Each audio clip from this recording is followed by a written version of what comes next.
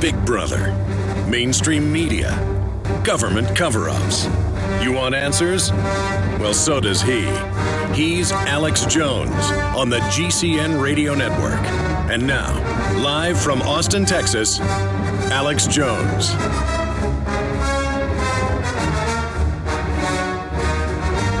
Welcome to the Alex Jones Show. I'm David Knight, filling in for Alex, and we've got an interesting show lined up today. And we've got some breaking news. It seems like every time I come in here to substitute for Alex Jones, we've got some breaking drone news, and that's going on right now. We've got a drone, an Air Force drone, that has crashed close to a remote Florida highway. It's shut down that highway. We've got a little bit of video here for that. If you guys can pull it up and the people who are watching it can see, it's quite a bit of smoke going on there. Last time I was here, we had an E-6B that was flying loops through Austin. There's pictures, if you're watching, of the drone that went down.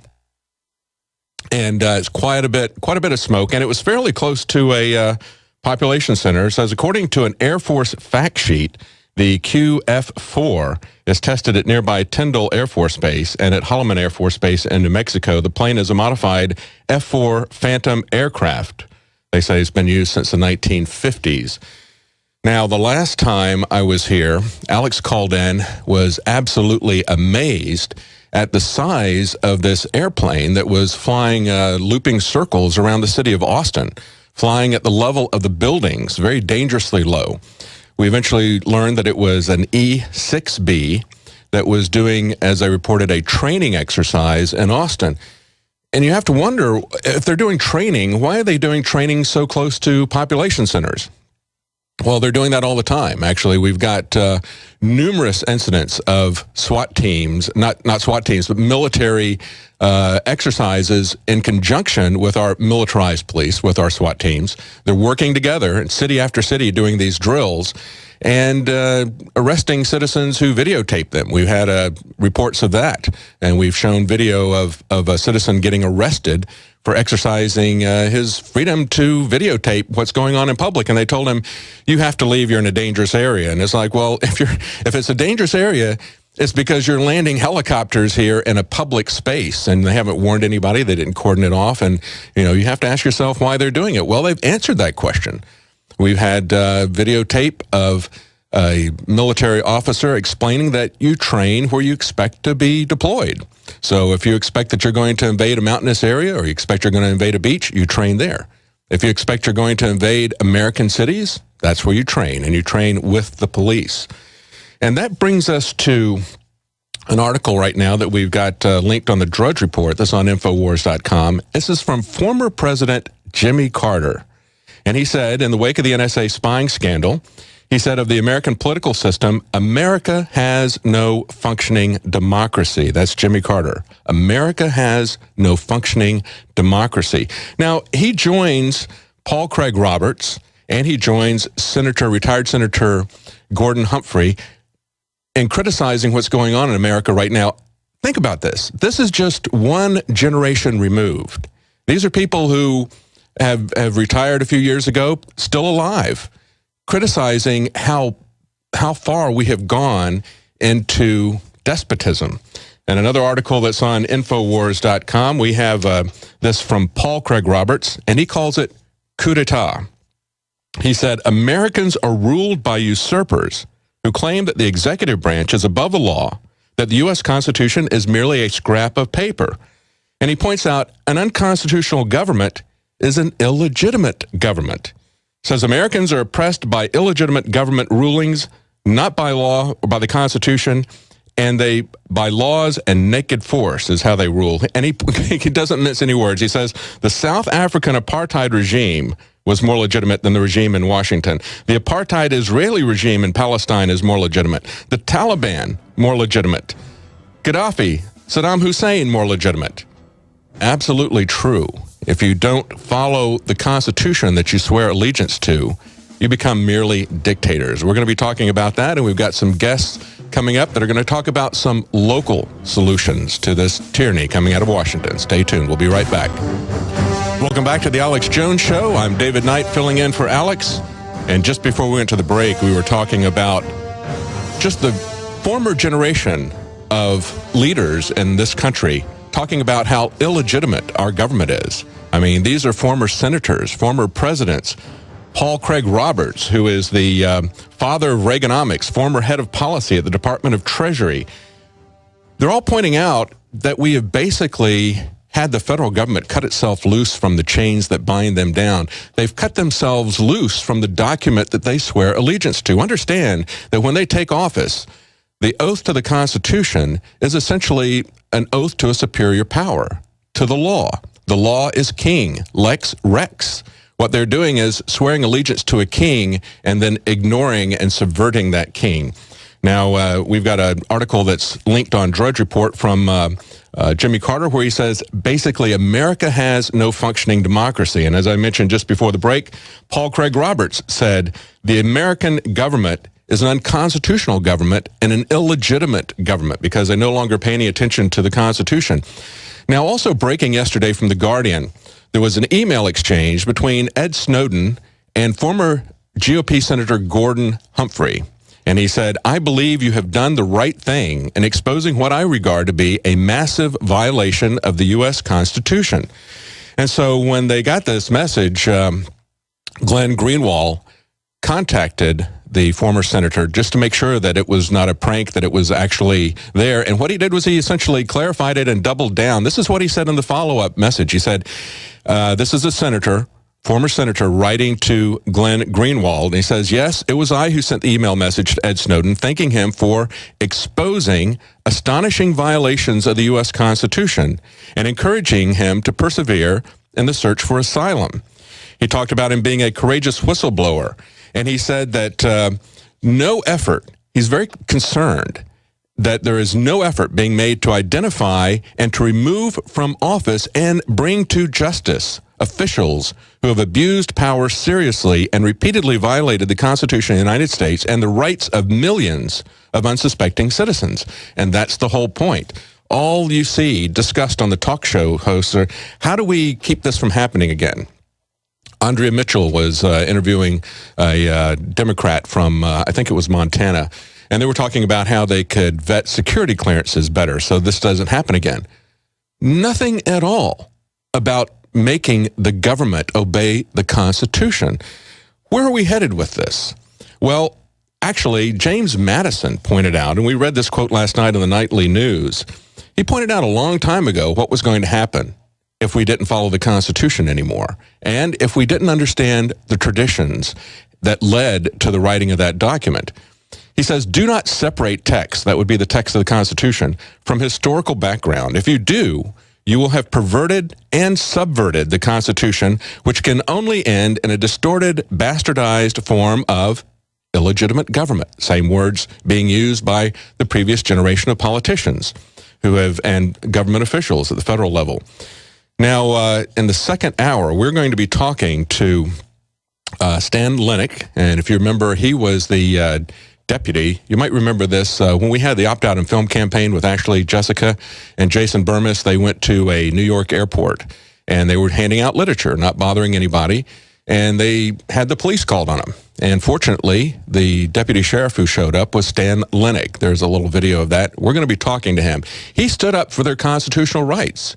He refused to bully them because this fellow with the airport and the fellow who was trying to get the police to bully them should have known better. He was formerly somebody who worked in the media. Now, that's Stan Lenic that we're going to be talking to, and he was Deputy Sheriff of the Year by the Constitutional Sheriffs and Peace Officers Association. So we're going to talk to him because, you know, we need to have people who have legitimate authority. People who have legitimate authority are people who put themselves under the Constitution, like Deputy Lenic did. So we want to talk to him. And in the third hour, we're going to be talking to Kirsten Tynan. And she's with the Fully Informed Jury Association, because that is where you come in.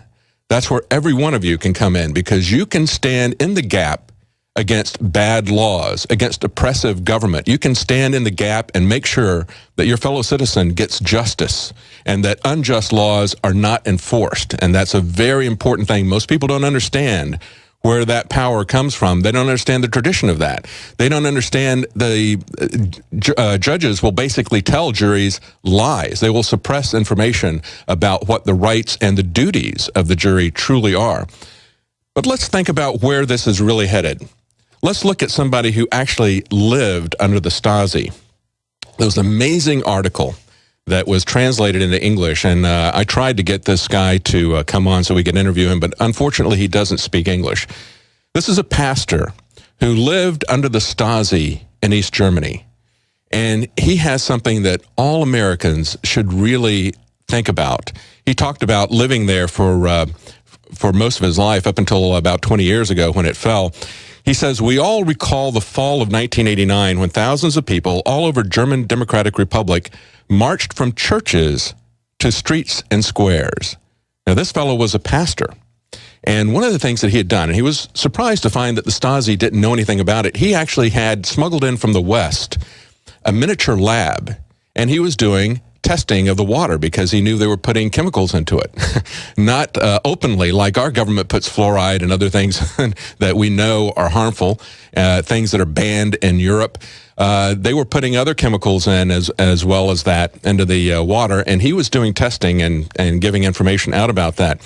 And they didn't know about that, but they pretty much knew about everything else. And one of the things to remember is that it was the clergy who were instrumental in getting people their freedom in East Germany, just like they were very instrumental in giving people their freedom here in America. They called them the Black Regiment during the Revolutionary War. And what happened in East Germany was that the pastors organized people in the churches, and the churches marched en masse to the wall, to the spots where they would shoot people if they got too close. And the soldiers finally refused to fire. And it was that kind of a peaceful stand down en masse that essentially brought down the fall of the Stasi and the East German government. But I want you to think about what it's like to live under the Stasi. And this is what he tells us. He said, how did a state keep this population of 17 million in check for 40 years? The answer, through surveillance, incarceration, and terror. The wheels of terror were implanted in every brain. The moment a critical thought took shape, the wheels of terror started turning. Who would be able to hear this and make note of it? Which file would it land in? What could be the consequences? What reprisals would be taken? Could there be an impact on the children's schooling, on their apprenticeship position, or their college placement? Even preschoolers and kindergartners had internalized that. And he said the guarantor for terror and order was the Stasi, state security. They called it in German, eavesdrop and peek. Now that's what our government is doing to us today. And I find it so disturbing that Americans can come out and say, I don't care. They can look, I don't have anything to hide. Well, the people in East Germany didn't have anything to hide either, but nothing was able to be hidden. And listen to what happens when you know you're being watched. Hardly anything went undetected. Like a fungus, surveillance permeated all of social life in the, quote, service of socialism to protect the country from the imperialistic class enemy. See, they had a different enemy. It's always necessary to have an enemy. Our enemy, of course, is now Al-Qaeda. Used to be the communists when that was no longer a credible threat. Now they're holding up these boogeymen in caves. And we're going to talk a little bit more about that in just a moment. But he says, during demonstrations, and this is how pervasive the threat of the Stasi was, that even when they started to have demonstrations that led up to the fall of the government in 1989, he said a huge crowd of people marched through downtown Eisenach in the state of Thuringia, where I live, chanting. But the moment the train of protesters passed the headquarters of the Stasi, they fell silent. Nobody shouted anything. So here you got a crowd of people who are in defiance of this communist regime and demonstrating, but they are afraid of the Stasi because the Stasi knows everything about them, records everything about them, uses that to control their lives, to control their futures. That's what total information awareness is about.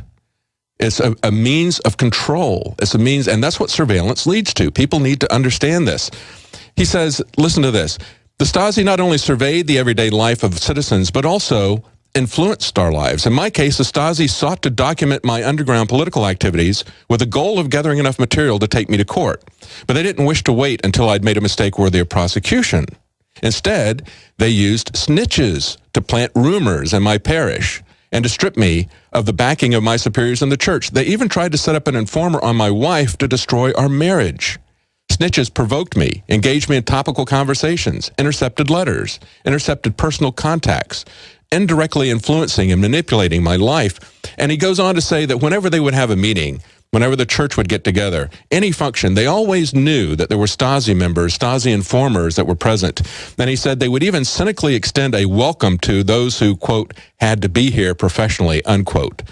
So they knew, and he said he never said anything at a meeting that he wasn't willing to go to jail for. Is that the way you want to live?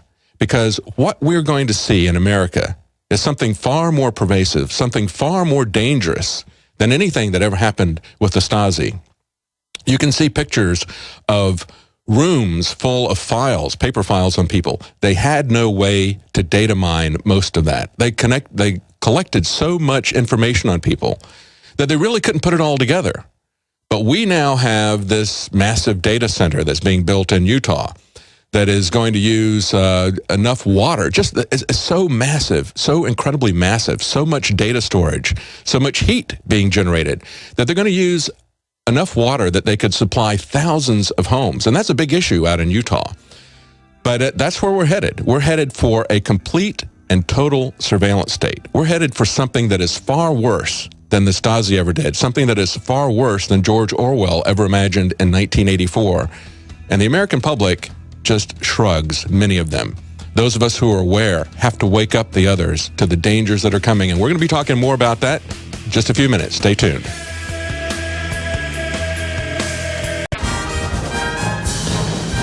Welcome back to the Alex Jones Show. I'm David Knight filling in for Alex today, and we were just talking before the break about the Stasi, life under the Stasi, and a lot of information is coming out about that right now. People are very sensitive about that, especially in Germany, because it's come out that we were conducting massive spying on Germany as well. And they don't like to be spied on because they have this tradition of the Gestapo and the Stasi. And as one person wrote in the Financial Times, her name was Constance Stellensmuller, she wrote, our grandparents' generation feared the early morning knock on the door of the Gestapo. Well, you know what? At least the Gestapo knocked. That's not the case with the American Gestapo, the SWAT teams, right? I guess we should call them the SWAT teams because it sounds a bit more German. They just bust the door down. They throw in grenades, flash stun grenades, and they shoot anybody who doesn't understand that they're the police. If somebody kicks in your door in the middle of the night, your first reaction is going to be to take defensive action, to grab a gun or something. They kill people over and over again for that. But that's become standard operating procedure now. She said that it was only after the fall of the wall in 1989 that people really understood how much terror was being perpetrated on them. You know, people in America still don't understand that. And one of the things she mentioned about this was that in Germany, she said, we have a better reason to fear the secret state than most people. She said they don't like closed-circuit television cameras. We're perfectly comfortable with them in America because we don't understand how they're being used. It's also why our constitutional court enshrined a fundamental right of data privacy and declared it illegal for Germany to implement an EU directive on preventative data storage. You know, if you remember that comedy video, Alex talked to the fellow who did it. I don't recall his name right now, but he was following people. He was a comedian. He was following people around in public places. He had a big boom mic, and he had some fake earbuds on. Tom Mabe, thank you. And he had some fake earbuds on, and he's dressed with sunglasses and a suit like a CIA agent. And he puts this microphone in people's faces, and they're like, hey, get out of here. When you understand the surveillance, it's very abhorrent. And it was abhorrent to the people in Germany because they understood it was being done by people. When it's completely automated, when it is completely transparent, you don't notice the surveillance, you don't notice the cameras, people don't object to it. And that's the very dangerous situation. Even things like free speech. And this is an article on InfoWars. A poll says 34% of Americans say the First Amendment is too extreme. That's right. We don't need our First Amendment freedom. I mean, why would you not want to have freedom of speech? I mean, that's the most amazing thing to me. I mean, that's not anything that, how could you make a case against freedom of speech? I mean, people have been totally brainwashed by the state media, the state-controlled mainstream media, to think that they have to give up everything for their freedom. But you know, the opposite of liberty is not security, it's slavery. And liberty and security go together. You can't have one without the other. As Thomas Jefferson said about life and liberty, he said the hand of force can destroy them, but cannot disjoin them. That's the same thing with liberty and security. You know, you can have a government that destroys both your liberty and your security, but you can't have one without the other. Now, the interesting thing about this is a survey that was conducted by the Newseum. That's a news museum. And they do an annual survey about people's attitude toward the First Amendment. And what they found was that it was up from 13% who really didn't think that that we should have free press or free speech. It jumped from 13% to 34%. So more than a third of the people don't think we should have a free press or free speech or freedom of religion. And it extends to other things as well, as we've said all along about this fight for the Second Amendment. If people don't respect the Second Amendment, they're not going to respect any of the other freedoms either, the government. If they don't respect that, they're not going to respect the others. And interestingly enough, only 4% of the people valued the Second Amendment. So they don't really understand their freedoms. You know, they don't understand what they're about to lose. Now, we've got this contest that we're going through feverishly trying to come up with a finalist and look at all these different films and give them a fair viewing, multiple viewings. One of the ones that I saw just recently was a film called A Dream Revered. And you can see these films at Infowars.com/Paul Revere, or just /P, I think, takes you there as well. Now, in this particular film, what got me about it was that it starts with the person's personal recollection about how his jobs have gone. They've left this country. They've gone to other countries. He worked in Detroit, and he's driving through Detroit and saying, "This is your future, America." And we're going to be talking about that right after we come back. He talks about how the jobs have gone. He talks about the great sucking sound that Ross Perot warned us about. And he talks about what's being put in its place. And we'll talk about that right after we return. Stay tuned. Welcome back to the Alex Jones Show. I'm David Knight, filling in for Alex, and I am joined here for the next half hour with Jakari Jackson is coming in. We're going to talk a little bit about the news. I've been on my soapbox here about the police state and how America is turning into the Stasi. Actually, there was, on the 4th of July weekend, there was an artist, a light artist in Berlin that actually shown this giant, projected a giant sign on the side of the U.S. Embassy that said United Stasi of America and had a picture of Kim.com. And they know what the Stasi is about, and they see this happening, Jakari. I tell you what, they're really worried about it. Charge him with something, correct? Yeah, they're trying to think of something to charge him with. I don't know. I mean, that's not even graffiti. I mean, that's right. Shining that image. That's right. But I don't know, maybe definition of character, I Maybe, mean. I'm not exactly sure. Also, last night we had, Jakari and I normally do the nightly news, and we had the world premiere last night of State of Mind. Now, this is you want to talk about how the government controls us. There was an article today about a guy, a real-life Jason Bourne, that was from Natural News, where the guy has no memory and he's speaking Swedish.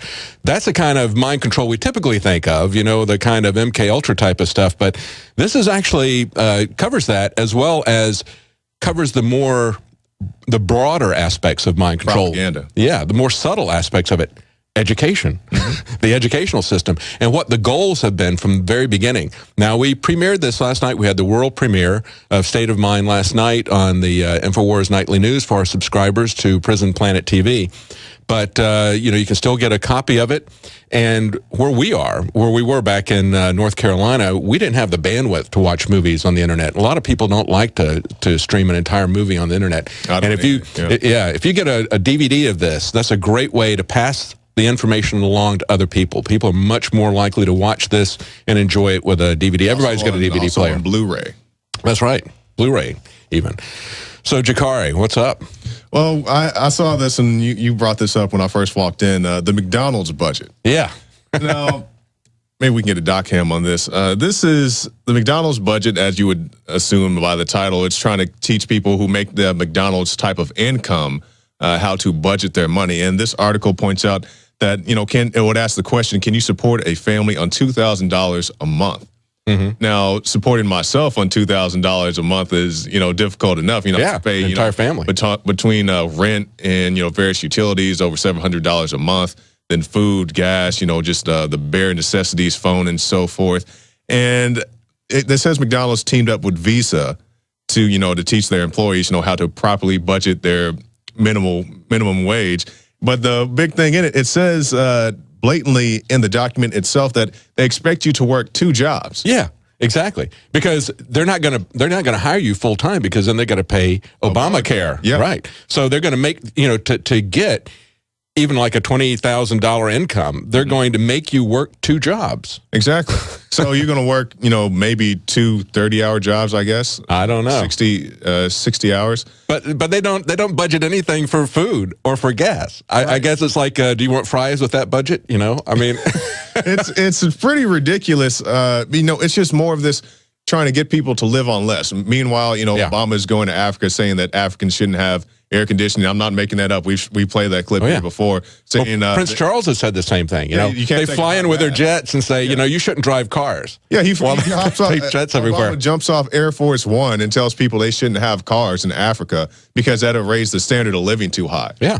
Oh, yeah, absolutely. Meanwhile, he's renting out, private golf courses to play with Tiger Woods and so forth. It's going to melt down the entire planet. Yeah. Yeah, it's interesting. They put the employees at McDonald's on this ridiculous budget that doesn't even allocate any money for food or for gas to get to your 2 jobs that you're going to have. Right. Okay, but meanwhile, our government has supposedly this debt limit of $16 trillion, just under $16 trillion.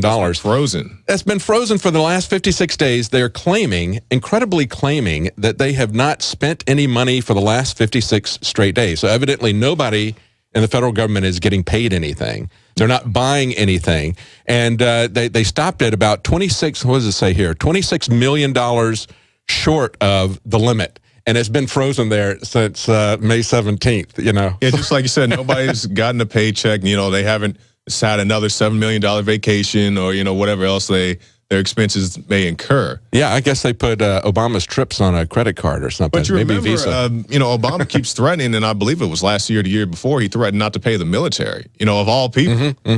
People who go overseas and have to send money back to their families, we're not going to pay them, or he threatened not to pay them.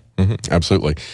We've got an interesting article. We're talking about how the government scares everybody into all of these different programs. We've got to spy on you. We've got to go through your cars. There's an article on the Drudge Report today that TSA is now going through parked cars at airports, right? Yeah. You've got to be so afraid of Al-Qaeda. And we've got a clip here that has Fox News talking about Al-Qaeda hijacking your car.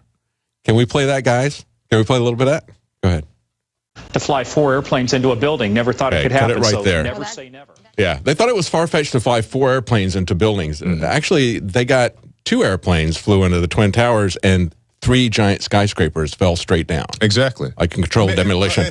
So, I think it is incredible because they don't even know how many planes flew into, because, obviously you would think that they would take a plane to make a building fall down or more than that. Yeah. Because they designed them to withstand a direct plane hit. Since let's briefly talk about the topic. Building 7, 9/11, had very little exterior damage, a little bit of debris. Some minor fires.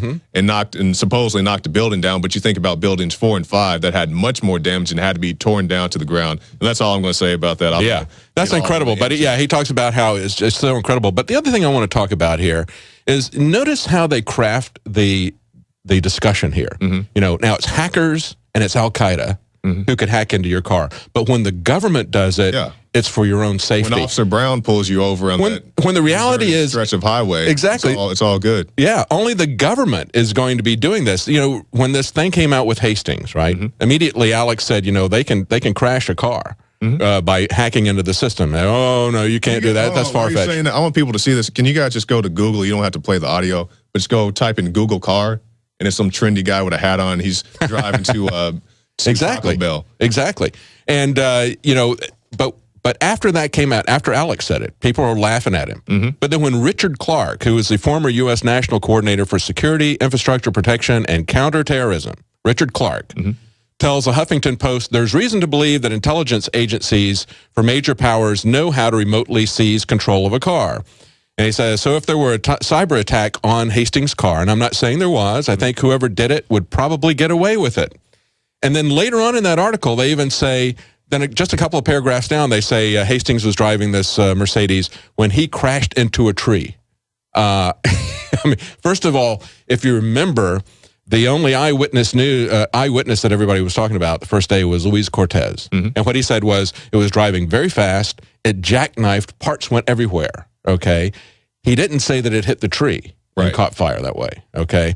And if you look at the way if you look at how the car is, okay, and where the engine is, all right, there's absolutely no way that those two are going to get separated with that kind of crash.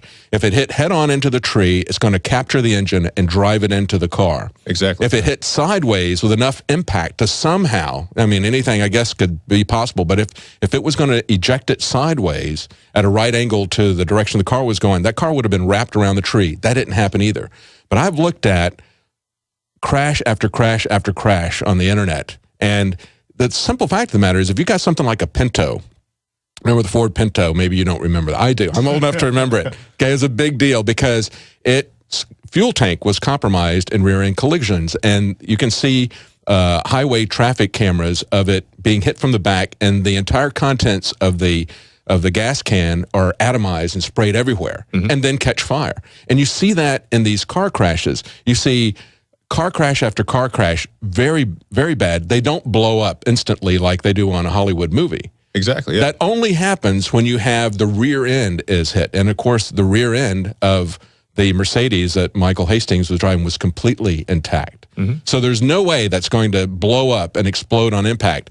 It's less than a 2% chance that somebody's going to die in an automobile fire because that is so rare that happens. Right. Because typically it starts to catch fire and it gradually builds. Yeah, even if you watch NASCAR races, those guys usually have time to bail out before the car goes up in flames, if it does go up in flames. A very good example, there's a video, people can see it on YouTube. It was like a Formula One race, and this one car loses control. Maybe it's like a greasy spot on the track or something. Goes spinning out of control, crashes, parts go flying everywhere, but doesn't catch on fire. Short while later, another car hits the same spot, same thing, starts spinning out, and hits this car in the back instantly, a giant fireball, okay, because he hit it in the back and exploded the gas tank. Now, of course, that guy actually walked out of that giant fireball because he had a fireproof suit, had a helmet, that sort of thing, which a person typically would not have. But the point being is that the government can hack into these systems. Mercedes has been maniacal about trying to make their cars safer. They developed anti-lock braking systems. They developed these stability counter-steering systems. And they have all kinds of systems that can accelerate and slow down your car now based on if it sees that you're going to be hitting somebody head-on. And even takes a look at people behind you to see how quickly to put the brakes on. So they have all kinds of controls on these cars, which make them safer, but also makes them hackable. We've had video that we played on the show of a DARPA official talking about how severe a problem that is for the government. They're worried about it. Oh, yeah, because all it is, hacking. They hack drones. I believe it was the University of Texas hacked one right here. And so people think that it's impossible. It's something that can't happen. If you have an older car, you may not have to worry about such things. But people who drive the newer models, it is possible. Yeah, absolutely. And if you look at this situation with the Hastings car, now, I believe it was a bomb that went up, would cause the pieces to fly everywhere because there was one eyewitness that was interviewed by the Young Turks, and I didn't find him to be very credible because it seemed like he was trying to reinforce the official story, and he says, oh yeah, it hit this bump, and I think that's what caused the engine to come out. It's like, I'm sorry, but whatever you want to say about cars, especially Mercedes, they're not going to have the engine fall out when it hits a bump. Okay, these are cars that they designed to drive on the Autobahn with no speed limit, and they do it all the time. Right. And a high speed dip in the pavement is not going to cause the engine to come out and exactly to go a different direction. So it's just not credible. But it would give them a cover story, as everybody has picked up, as the mainstream media has picked up, to have him driving at a high speed under hacking control and then blow the car up. I mean, that would perfectly fit. Yeah, and that's what they want. They don't want anybody to question this story. We've given you this story. We came out, we said there's no foul play. We don't want to release the police documents and so forth. Just let it go. And that's pretty much what they want us to do with the associates, the Zokar brothers. Not saying they're innocent or guilty, but it's this repetitive thing that they just give you more information all the time, so you forget about this. I'm still waiting to see the surveillance footage from Sandy Hook. Yeah. Oh, yeah. They never show that. Now, you mentioned the Zokar trial. And one of the things I think is interesting, pull up that photo, guys, from the Rolling Stone magazine cover. Yes, this Facebook photo that makes him look like a rock star in some people's opinion. Right. Well, they're very upset about it. But what upsets me about it is the fact that it says there as a caption, bomber. The bomber. The bomber. He's the bomber. Right. He's been tried and convicted in the media in the same way that Zimmerman has. We have completely lost the whole concept of how a jury works and why you would have a jury. I mean, looking at this is an article that's linked on Drudge right now. The niece of Dr. Martin Luther King Jr. said that Dr. Martin Luther King would not wear a hoodie. And she did that in reaction to a picture that somebody had photoshopped his face into a picture of a hoodie. And she's talking about the trial there. One of the things that bothers me about this whole thing is that people don't understand why we have juries. Just remember with the Boston bombers, the alleged Boston bombers, just the days after they captured the younger brothers, like we don't need to inform these guys of their rights. We don't need trials. We don't need this. We don't need that. We just need to convict these guys, execute these guys, throw them in the cellar for the rest of their lives. That's right. And it used to be that if the media was so irresponsible, we have free speech and we should have free speech, but that doesn't mean that you slander and demonize and libel people, right? And so, when they call somebody, when they talk about people before they've had a trial, they used to always say the alleged bomber, the alleged murderer, the alleged whatever. They don't do that anymore. No. Okay? They don't bother with it. And nobody is talking about that. Everybody is talking about how Zokar, the bomber, looks too good on this picture. And CVS says they're not even going, the CVS drugstore chain's not even going to carry the magazine in their stores. Not because of the content, but because of the image on the cover. Exactly. That's what people take offense to. I find that amazing. I'm going to be talking in the third hour to someone from the Fully Informed Jury Association. And it's something that most people don't even go for a jury trial anymore. Most of the time they're intimidated by a lot of spurious charges that are piled on by prosecutors. And then they plea bargain to maybe what they would have been charged with in the first place. Yeah, they overcharge. Which I wish more people would understand this. I don't know any particular examples off the top of my head, but there are examples where you charge somebody with let's say murder, to get them to go for manslaughter. And it's very, very few trials ever go to a jury anymore. And one of the reasons is because jurors don't know what their rights are, and they usually turn into rubber stamps for the judge. But not in the case of the Zimmerman trial. That was kind of interesting. And I don't know what your take is on it. I mean, we haven't really talked about it. Everybody's been talking about this, but we haven't really talked about it. To me, it's like one of these things about a self-defense thing that really a jury had to decide. You really couldn't decide that in the media. Yeah, we talk more about that on the other side. Yeah. We'll be right back. I'm joined with Jakari Jackson, and I'm David Knight. We'll be right back after the break. Stay tuned. Welcome back to the Alex Jones Show. I'm David Knight, and I'm joined here in the studio with Jakari Jackson. We typically work the nightly news for Prisonplanet TV, and we're substituting here for Alex Jones today. Now, before we get back to the news, I just want to tell you about one of our sponsors, Infidel Body Armor. That's www.infidelbodyarmor.com. It stops hundreds of rounds from AK-47, M4, 3060, 308, and more. Ceramic armor may stop 6 rounds, but what about the 7th, as they say? This is a great product, and when you support our advertisers, it helps to fund our operation here. So please go to infidelbodyarmor.com. Well, Jakari, talking about body armor, there's a bounty out on Zimmerman's head from the new Black Panthers. I always have to put that new in there to distinguish it. Larry Pinckney always wants to disassociate himself from the new Black Panthers with good reason. So Zimmerman might want to get some of that infidel body armor. Yeah. There's it's amazing to see the double standard here when they're allowed to publicly put out a $10,000 bounty on his head. And yet at the same time, we've got an AP news story here that police are charging a website that hosted a murder video. Yeah, and how do you reconcile that? They don't want him dead or alive. We've seen the T-shirts that says dead or alive, and it has alive scratched out. And you've got Facebook pages that call for his murder. They don't say anything to them. Celebrities tweeting his parents' home address, and I don't even think they were tweeting the correct addresses on those. And you and I remember the time, we've been visited, just people make a comment about murdering the Bush family or something like that on Planet InfoWars, and they show up at our door. Secret Service. We were both here when they showed up. People don't believe us when we tell them that story, but we actually had the Secret Service come up. It's around Christmas time this past year, and I was just about to leave to get on a plane to go back to Oklahoma, and the Secret Service comes, knocks on the door, and I believe you answered the door. And he flashes me the badge and says, Secret Service, can I come in? I said, no. Yeah. You got some papers to come in?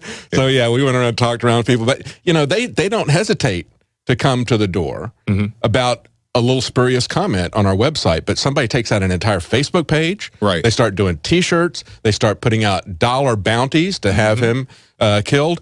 They have absolutely no problem with that. That tells you right there what this whole thing is about. That tells you right there this is counterintelligence operation. This is a government operation to pit the races against each other.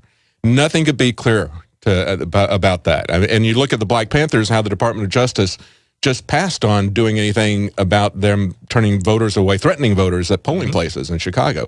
We know that the government has used counterintelligence to create groups like the Ku Klux Klan, and groups like the New Black Panthers, and this is absolute proof of it. No other group, unless they were a government COINTELPRO operation, would be allowed to do something like that. And also I don't know if you want so much to call them an organized group, but all these riots, and I'll call them rioters because they're not protesters. You don't protest by jumping on innocent people's cars in the middle of L.A. and tearing down gates of Walmart. That doesn't seem like a protest to me. But these people are going out, and regardless if they were really actively pursuing justice for Trayvon, you have plenty of people who are just opportunists using it as an excuse to go tear up stuff and go loot people's homes and so forth. Right. Even if they believe that the jury made the wrong decision, how do you justify pulling out an innocent person who hasn't done anything to anybody? I mean, don't they see the irony of this? Yeah. They think that Trayvon was singled out for having done nothing at all, and singled out because he was a particular race or appearance or whatever. He was singled out and killed. Well, so then they are going to go out and single out people? So they drive around and abduct joggers, beat them up, and drop them off someplace, That's right. And that's justice for Trayvon. That's right. Well, that's it for this segment. We're going to be back in the next hour with Stan Lenic. He's the Deputy Sheriff of the Year from the Constitutional Sheriffs and Police Officers Association, and we're going to talk to him about real law enforcement, constitutional law enforcement. So stay tuned. Welcome back to the Alex Jones Show. I'm David Knight, filling in for Alex Jones. We're going to be joined in this next hour by Stan Lenic, Deputy Constitutional Sheriff of the Year. And we're going to talk to him about what it really looks like to be a constitutional sheriff, what it really looks like to respect the rule of law, to respect the Constitution. So we're looking forward to talking to him. Now, we've got some breaking news here. We've got the EPA, according to Cryptagon, is nuking the radiation rules. That's right. If they don't get the kind of results they want, they just disregard the rules.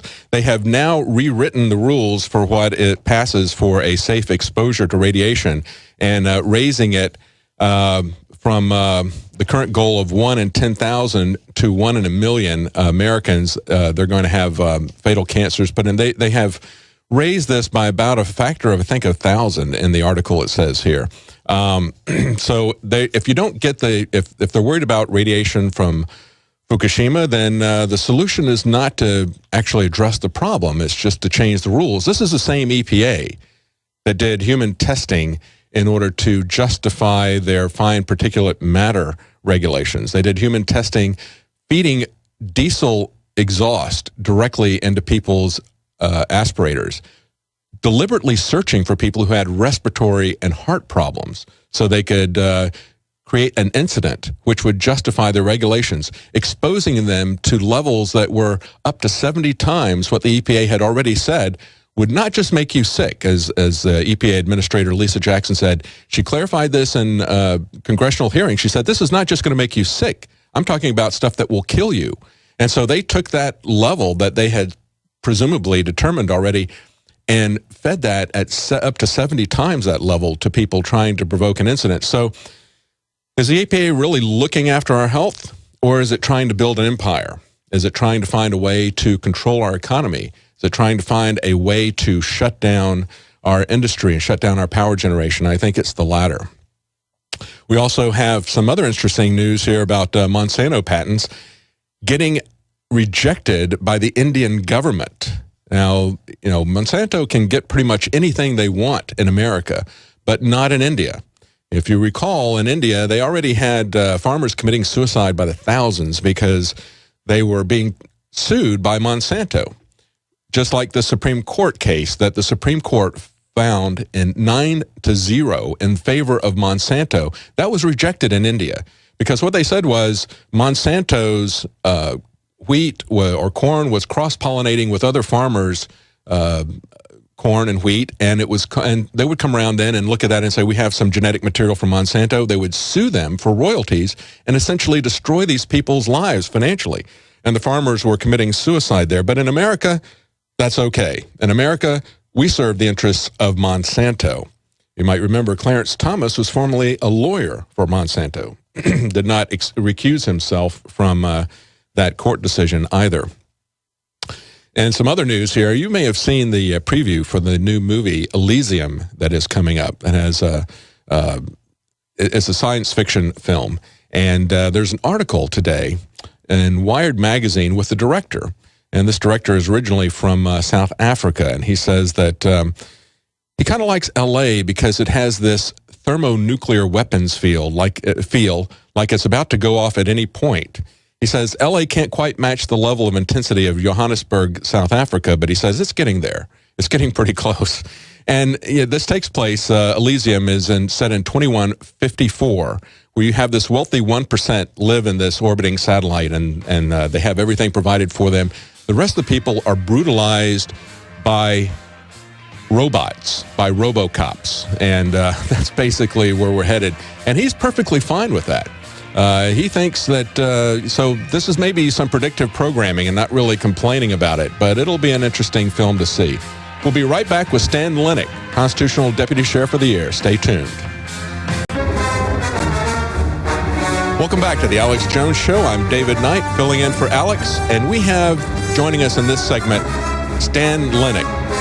Now, if you've seen that video about the opt-out in film campaign where Ashley Jessica and Jason Burmis went to an airport and they were trying to hand out some literature, and the airport official took exception to that and tried to bully a police officer into arresting them, throwing them off the property.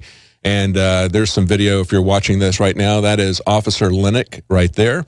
And he basically mediated this dispute and listened to both sides, and he understood that they were not doing anything in this public place that was against the law.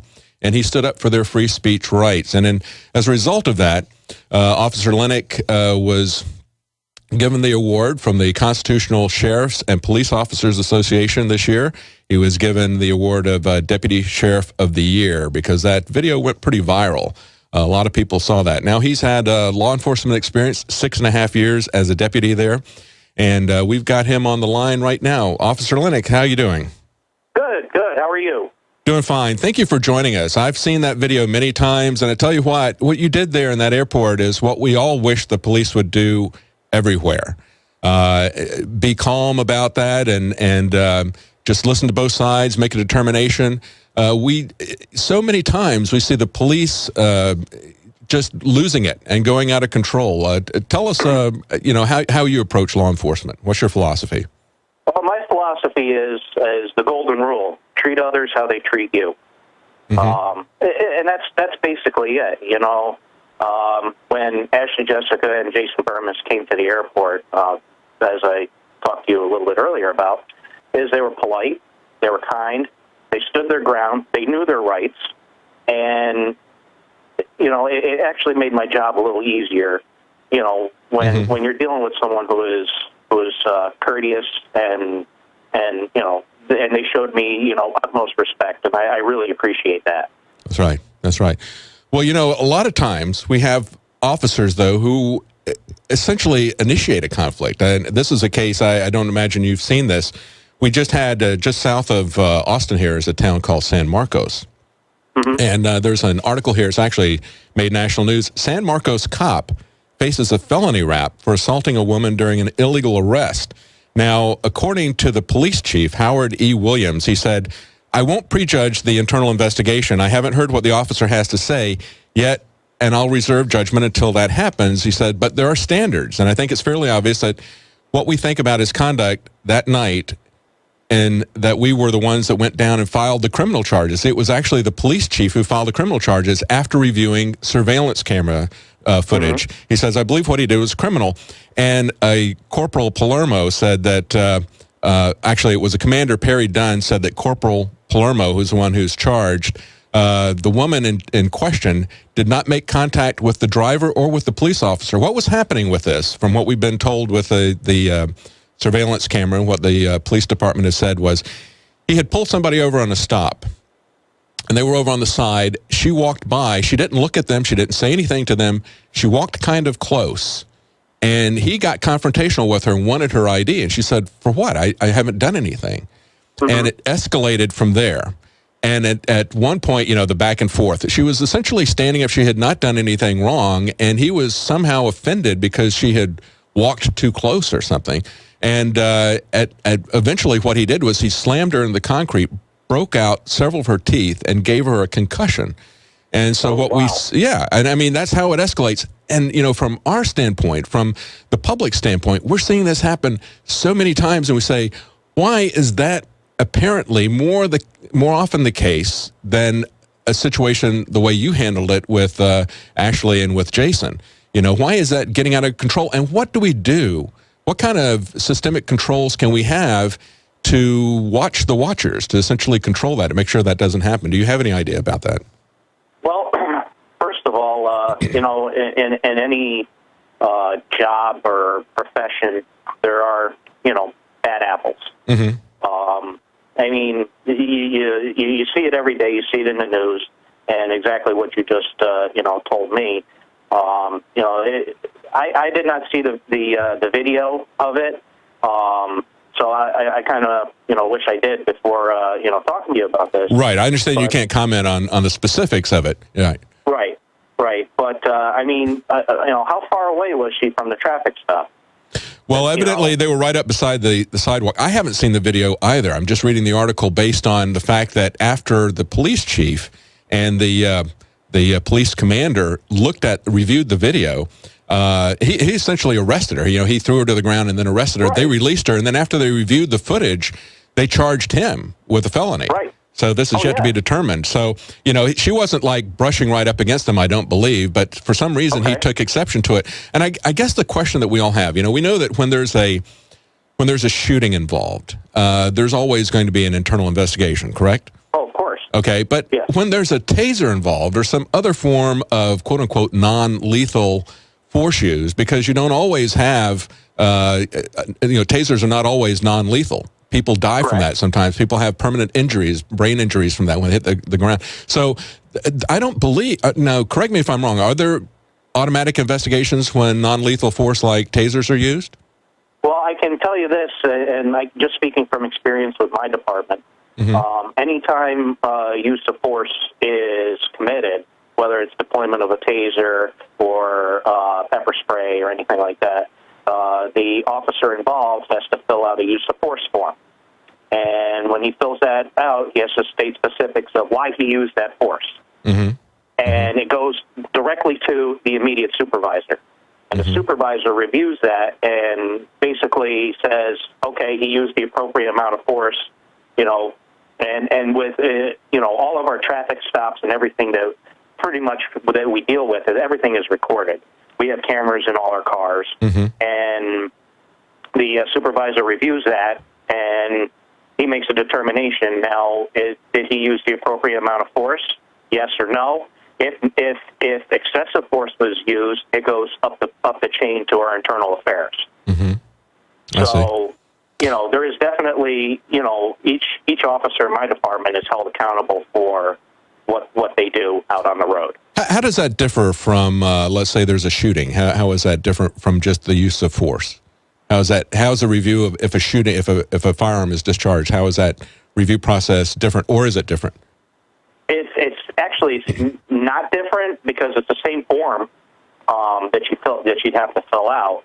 I've never been involved in a shooting.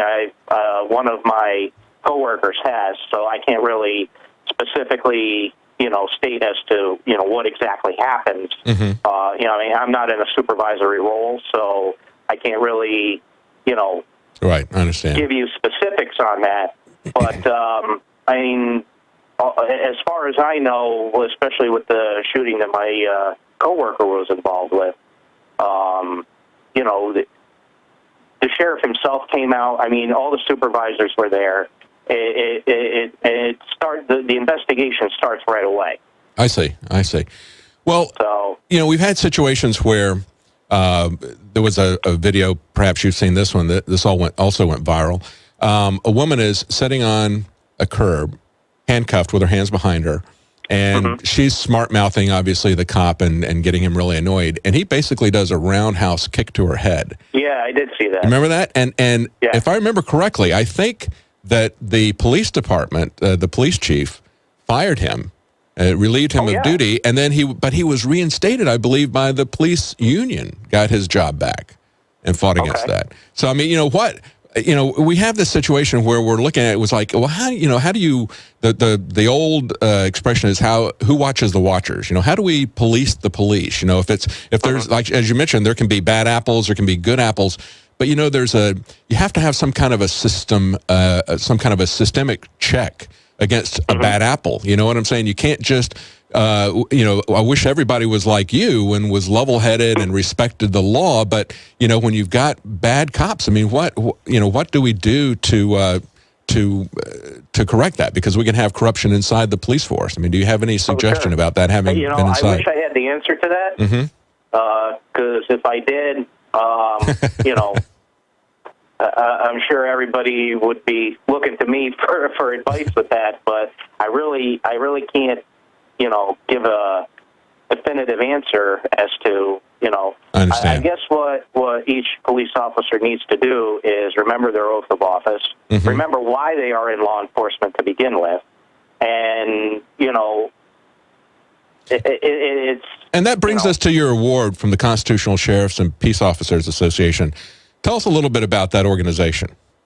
I actually had the opportunity to go out to the convention out in Missouri. Sheriff Mack was kind and generous and flew me out there for the convention, and it was very interesting. It was very eye-opening as to the things that are going on in this country that it is just abuse of government, abuse of the federal government on law-abiding citizens, and it's actually sickening as to what things are happening in the federal government. Yeah, absolutely. And that's that's the other big concern, I think, of Americans everywhere. It's not just a rogue cop and that they can brutalize people and many times get away with it, but it's this systemic corruption that is coming from the militarization of the police and from the central control of the police in Washington. And we're going to talk to you more about that right after the break. We're talking to Stan Lenic, the Deputy Sheriff of the Year from the Constitutional Sheriffs and Police Officers Association. So stay tuned. We'll be right back. Welcome back to the Alex Jones Show. I'm David Knight, and I am joined on the phone here with Stan Lenic. He's a police officer from New York, actually a deputy sheriff, and he was given the Deputy Sheriff of the Year award by the Constitutional Sheriffs and Peace Officers Association. And he did it for a video that you probably have seen. It went viral. It was actually Jessica and Jason Burmis were filming and handing out flyers at the airport in relation to the opt-out and film campaign that was going on this last, I guess it was just before Christmas, was it, guys? That's Officer Lenic, and he basically defended their right to do that against a local airport official who was trying to get him to shove them along.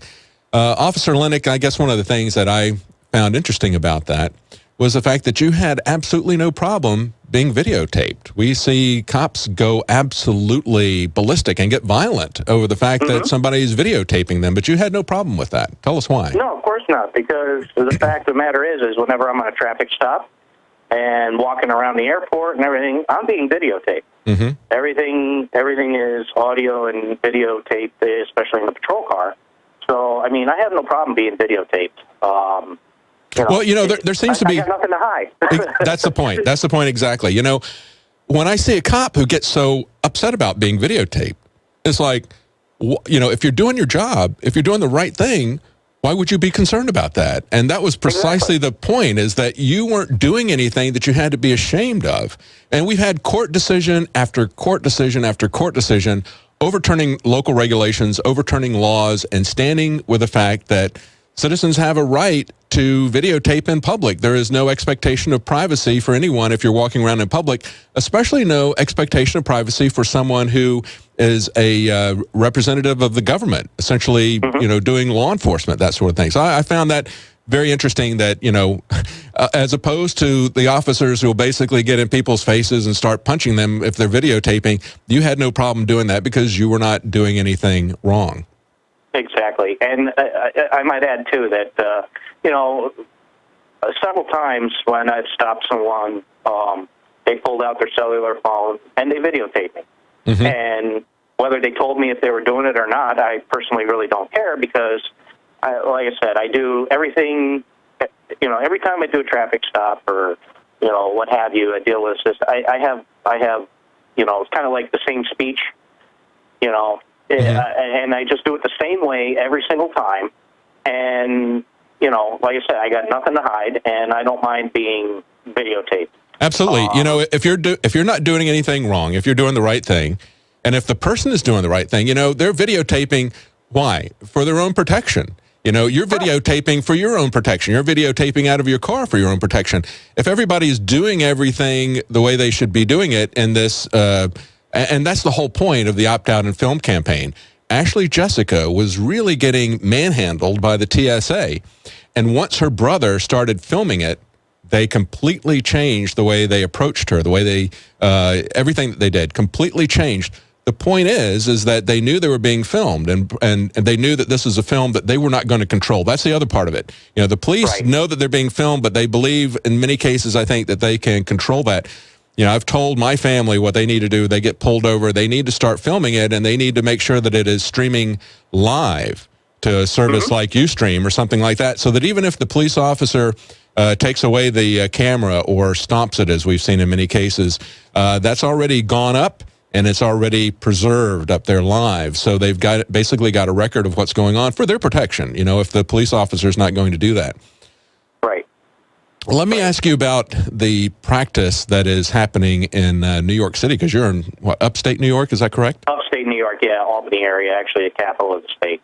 Well, down in New York City, there's a lot of things that happen down in New York City that are, at this point in time, aberrant behavior. We hope they don't become standard behavior throughout the rest of the country. But one of the things that they're doing is this, just kind of stopping people on the streets and, kind of like the Gestapo, your identity papers, kind of doing a sidewalk audit. How do you feel about that? Well, I mean, if you have, as a police officer, if you have no reasonable expectation that criminal activity is afoot, and you want to talk to somebody, there's nothing that says you can't talk to somebody. But if they don't want to give up their information or their driver's license, if they're not doing anything wrong, there's really nothing you can do. That's right. If they're not doing anything wrong, let them go. It's simple. Now, I don't know how, New York City's policies and procedures are. They're totally different than the rest of the state. Hang on a second, Officer Lenic. We're going to come back to that right after the break. We're going to be taking your calls at 800-259-9231 if you want to call and ask some questions to a constitutional deputy sheriff. We'll be right back with Stan Lenic. Stay tuned. Welcome back to the Alex Jones Show. I'm David Knight, and we're talking to Stan Lenic. He's a constitutional sheriff and Police Officers Association Deputy Sheriff of the Year. And we're talking to him about what it's like to actually respect the Constitution as a sheriff, as a law officer. Stan, thank you for joining us. And, we were talking just before the break about these kind of these sidewalk, massive, sidewalk blocks. They're not roadblocks, they're doing in New York City where they're auditing people there. I guess that's one of the things that people are really concerned about is almost kind of like reverting to a Gestapo type of environment where the police can walk up to you and without any reason that you're breaking a law and start demanding identity papers from you and, various other things like that. How do you feel about that? That's not something that you're doing in your jurisdiction right now, but we're seeing that all the time near the border of our country. Not too far from where we are, they've essentially declared it a Constitution-free zone where they believe that they can search and frisk you and your car without any reason, kind of like we see the NSA going through people's metadata, going through their actual phone calls and their email messages without any reason for suspicion, without taking it before a judge. Right. Yeah, like I was telling you before, any police officer can go up to somebody and, talk to them. Like if I go up to somebody, I strike up a conversation, I'm not going to immediately ask, I need your driver's license. Sometimes, we're human too. We like, to talk to people and, people shouldn't feel the fear of talking to us. But, it goes a step further when, you start demanding information when somebody has done nothing wrong. Right.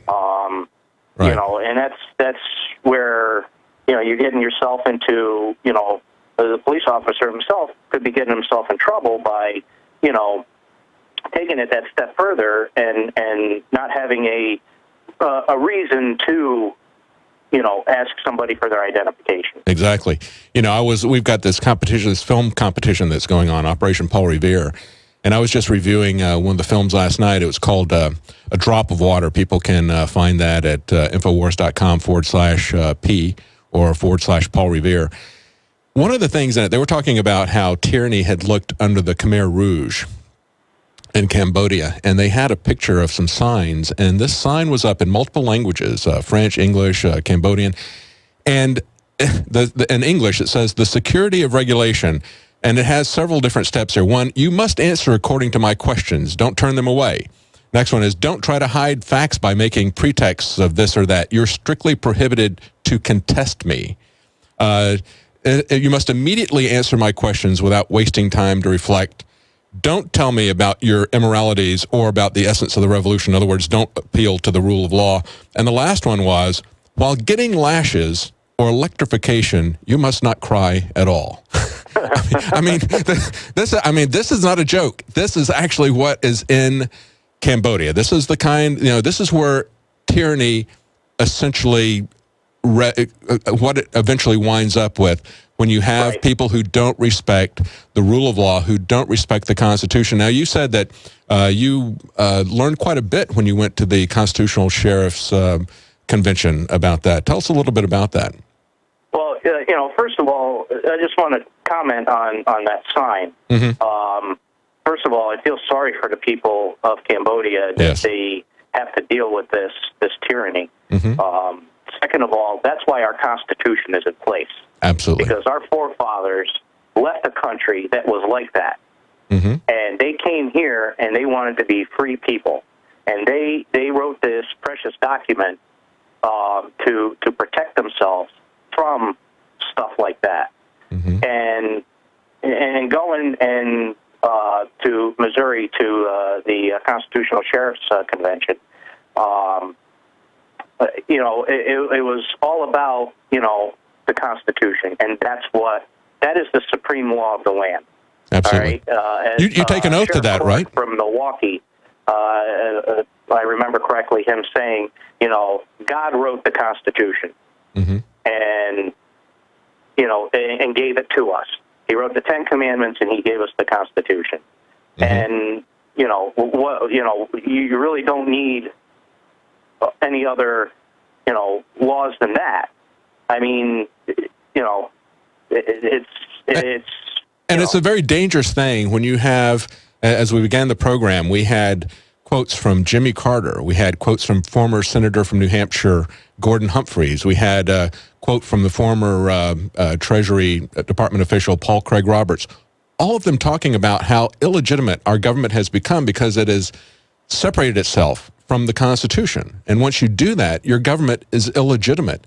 And it's even more dangerous than that because we see it from the police officer on the street to the occupant of the Oval Office, that when they sever themselves from the Constitution, basically they become dictators. That's literally what dictator means. It means the law is in my mouth. I'm going to dictate to you whatever the law is at this moment. There is no authority higher than me. It's essential that we have a rule of law, that we have something that people swear allegiance to, and that we hold them to that allegiance. We're going to take some calls right now. We've got Chad in Kentucky. Chad, what have you got? Have you got a question for Stan Lenic? Yeah, I got two kind of questions. The first thing, it's hard for me. It's kind of a hard question to ask, but, like, do you really think that we're still living under the Constitution with people, judges saying that they don't allow the Constitution in court and, people getting arrested for playing with toy guns and stuff like that? Are we really under that, or what's going on here? Getting arrested for toy guns, that's absolutely ridiculous. What is this country coming to when, you have kids, like when we were kids, we played with toy guns. Nobody got hurt. It's just, we got to draw the line somewhere. Absolutely. It gets even worse than that, Stan. There was a couple of cases. One kid was eating a Pop-Tart, and because he took some bites out of one side, the other kid said, "Look, he's making a gun." And they kicked him out of school. They had another kid actually physically arrested by the police. I think he was 8 or 9 years old. Actually physically arrested, handcuffed, and taken away by the police there at the school because he was belching in class. Absolutely ridiculous. Yeah. There's no sense of proportion. We have drug dealers and bad crime in a lot of these cities in our country, and we're worried about if a kid is saying gun in school. Come on, where are our priorities? Absolutely. Absolutely. Let's take a question from Robert in California. Robert, you're live on the show. How are you doing? Doing good. What's your question? Okay, I just wanted to bounce an experience off of your guest there about what happened to me. I was in a federal park with a friend of mine on my mountain bike and ran into this federal park ranger who, like you're saying, he acted like he was just a complete Gestapo, officer towards us. He's we were on a dirt road and he says, put your bike over there and get down on the ground. What were you doing? You were just riding your bike, and he just ordered you to get off of your bike? Were you riding it in your bike and down on the ground? And why do you think he did that? Being an American and being raised to believe that I live in a free society, I said, well, what authority do you have to make me sit on the ground? And that's when he really freaked out, and was he? So what exactly were the precursors to him coming up to you? That's I guess I need a little bit of elaboration on that. Yeah, was that an area where you were not allowed to ride a bike or something like that? Were there regulations about not riding a bike in the park, or? Apparently so on that, but there was no sign posted, and I thought it was a place where you could ride. I see.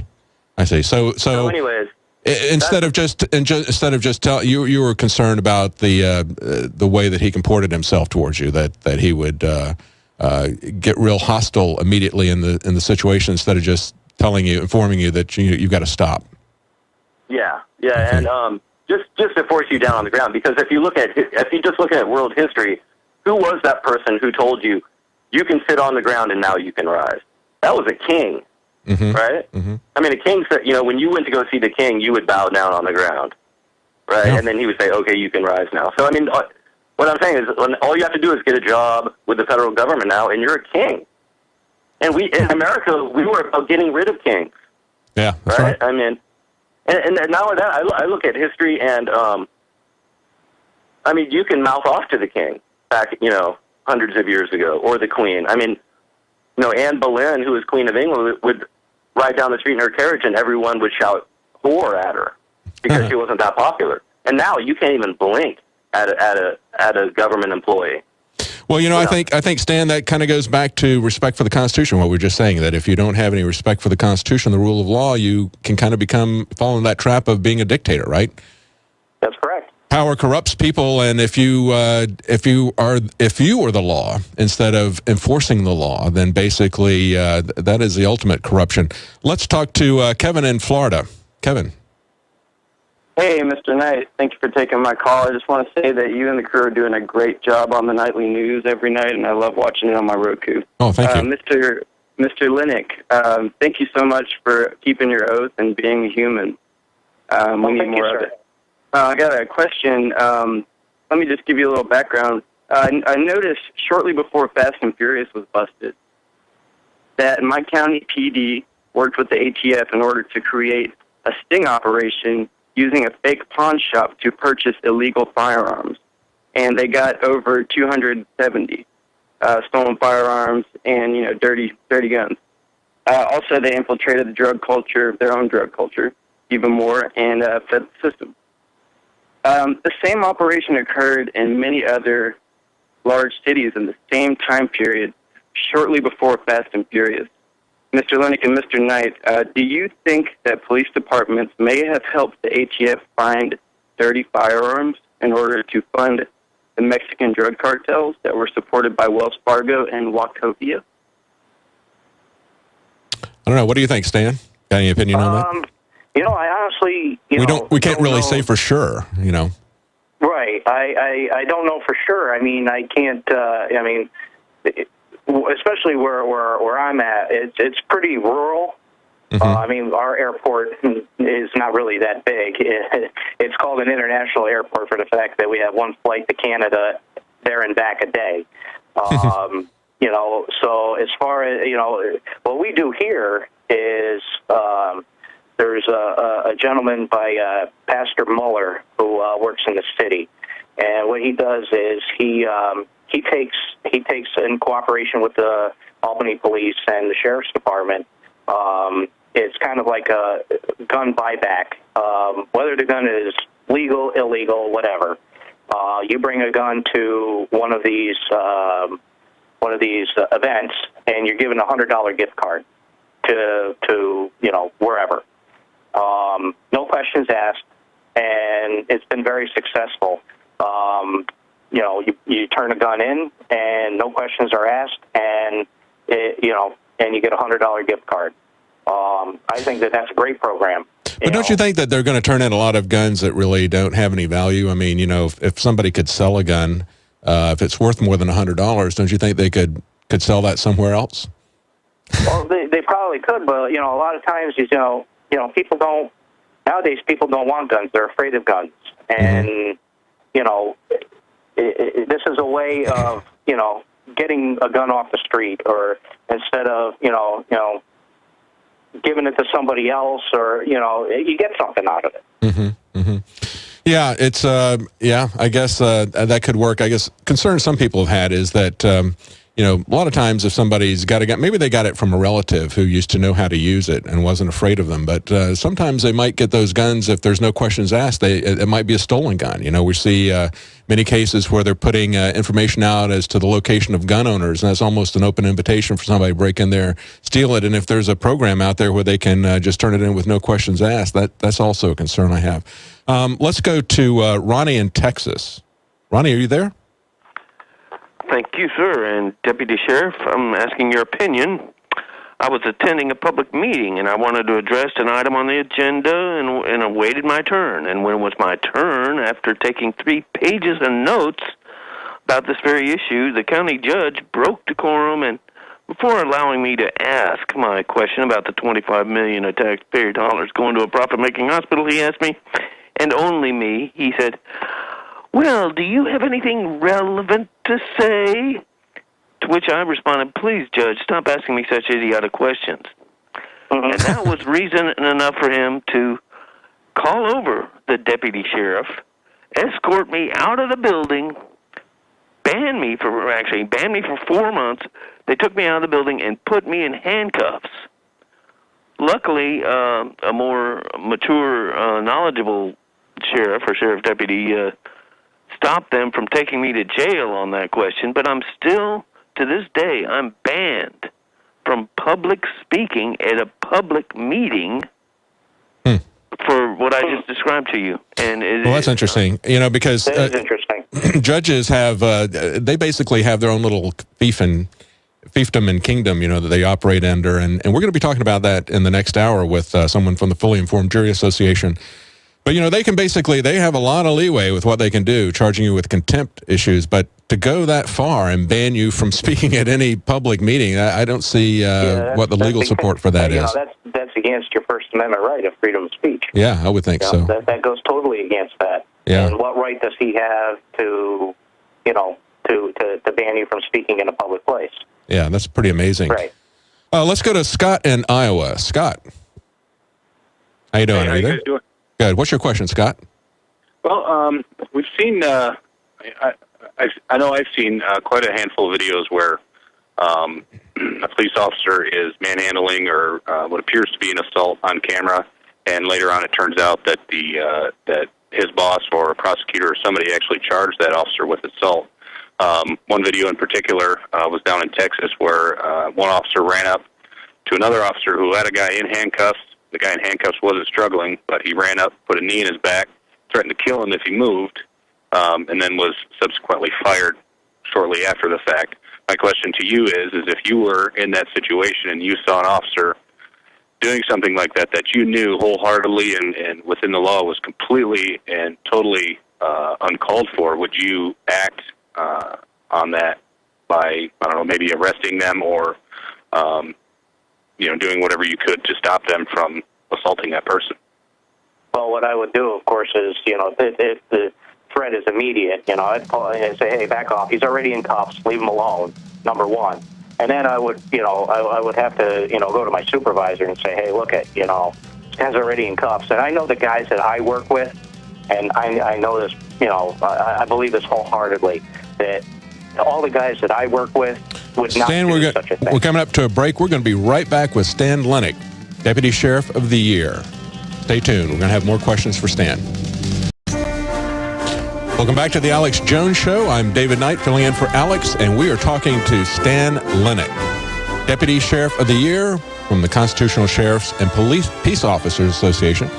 And we want to talk to him a little bit about what was discussed at the Constitutional Sheriffs Convention where he got the award. Stan, I've got a question for you.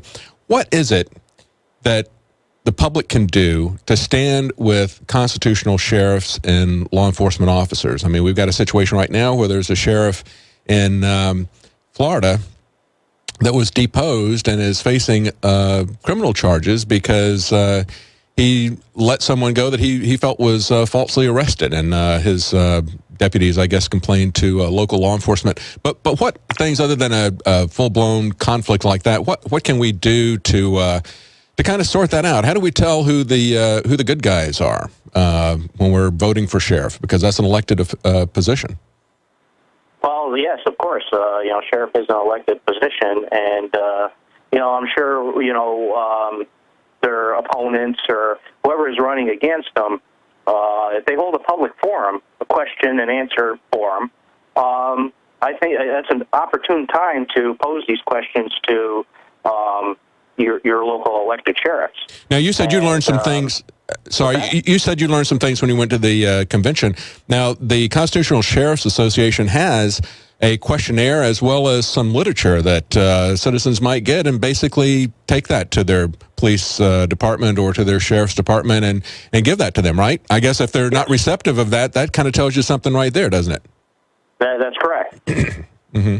Actually, correct. They have you can obtain that information through the Constitutional Sheriffs and Peace Officers Association. I'm sure you can email Sheriff Mack directly to get that information as well. All right, absolutely. Okay, let's go to some more calls here. But before we do, I want to tell you about a special that eFoods Direct is running. That's efoodsdirect.com/Alex. The number is 800-409-5633. Right now, for every $329 you spend on food with eFoods Direct, you'll get a free 24-day food supply. It's called the Patriot Pack, plus free shipping. And that's at efoodsdirect.com/Alex or 800-409-5633. We've got Dan from Virginia on the line. Dan, do you have a question for Officer Lenic? Well, first, like everybody else, congratulations for doing the common sense, honest thing, following the Constitution. It's just like a lot of people I see are intellectualizing about kids with guns, Pop-Tart guns. To me, it's all coming down to conditioning the public, but they're saying all these new laws are for our safety. Now, do you feel that all these new additional laws, like, I understand the common sense of no texting, because a lot of people don't have common sense to drive, let alone text and drive. Correct. Do you think a lot of these additional laws, quote unquote, for our safety, are just giving the police more probable cause to pull people over? And that's number one. Number two, based on Holden, Eric Himmler, I call him. He has the perjury. He hasn't answered yet to Fast and Furious and Benghazi, but yet he's wants to bring additional charges against Zimmerman. What are your feelings towards that? So two things. First, do you have another question? No, that's good. Oh, okay. As far as Holden and wanting to bring additional charges against Zimmerman, I mean, first of all, now you want to put a man in double jeopardy, which, according to any court of law, that is illegal.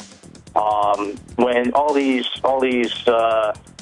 Dan, I wish we could hear the end of this. I wish we could get those other questions, but we're out of time. Thank you so much for joining us. And for those of you who are sticking around right after the break, we're going to be talking about juries. Stay tuned. Welcome back to the Alex Jones Show. I'm David Knight filling in for Alex, and we were just talking to Stan Lenic, Deputy Sheriff of the Year from the Constitutional Sheriffs and Police Officers Association. And, it's really important for us to understand that there are good police officers out there. There are police officers who respect the rule of law, who respect the Constitution, who are not afraid to be videotaped. That was one of the things, I think, when I saw that videotape of Officer Lenic that went viral there in the airport. He was absolutely not afraid to be videotaped. As he said when we were talking to him, if he's not doing anything wrong, that's actually there for his protection. And that's why we as citizens videotape the police in our encounters, is for our protection. And so you should not shy away from doing that. That is your legal right. He recognizes that, as do all officers who really follow the law.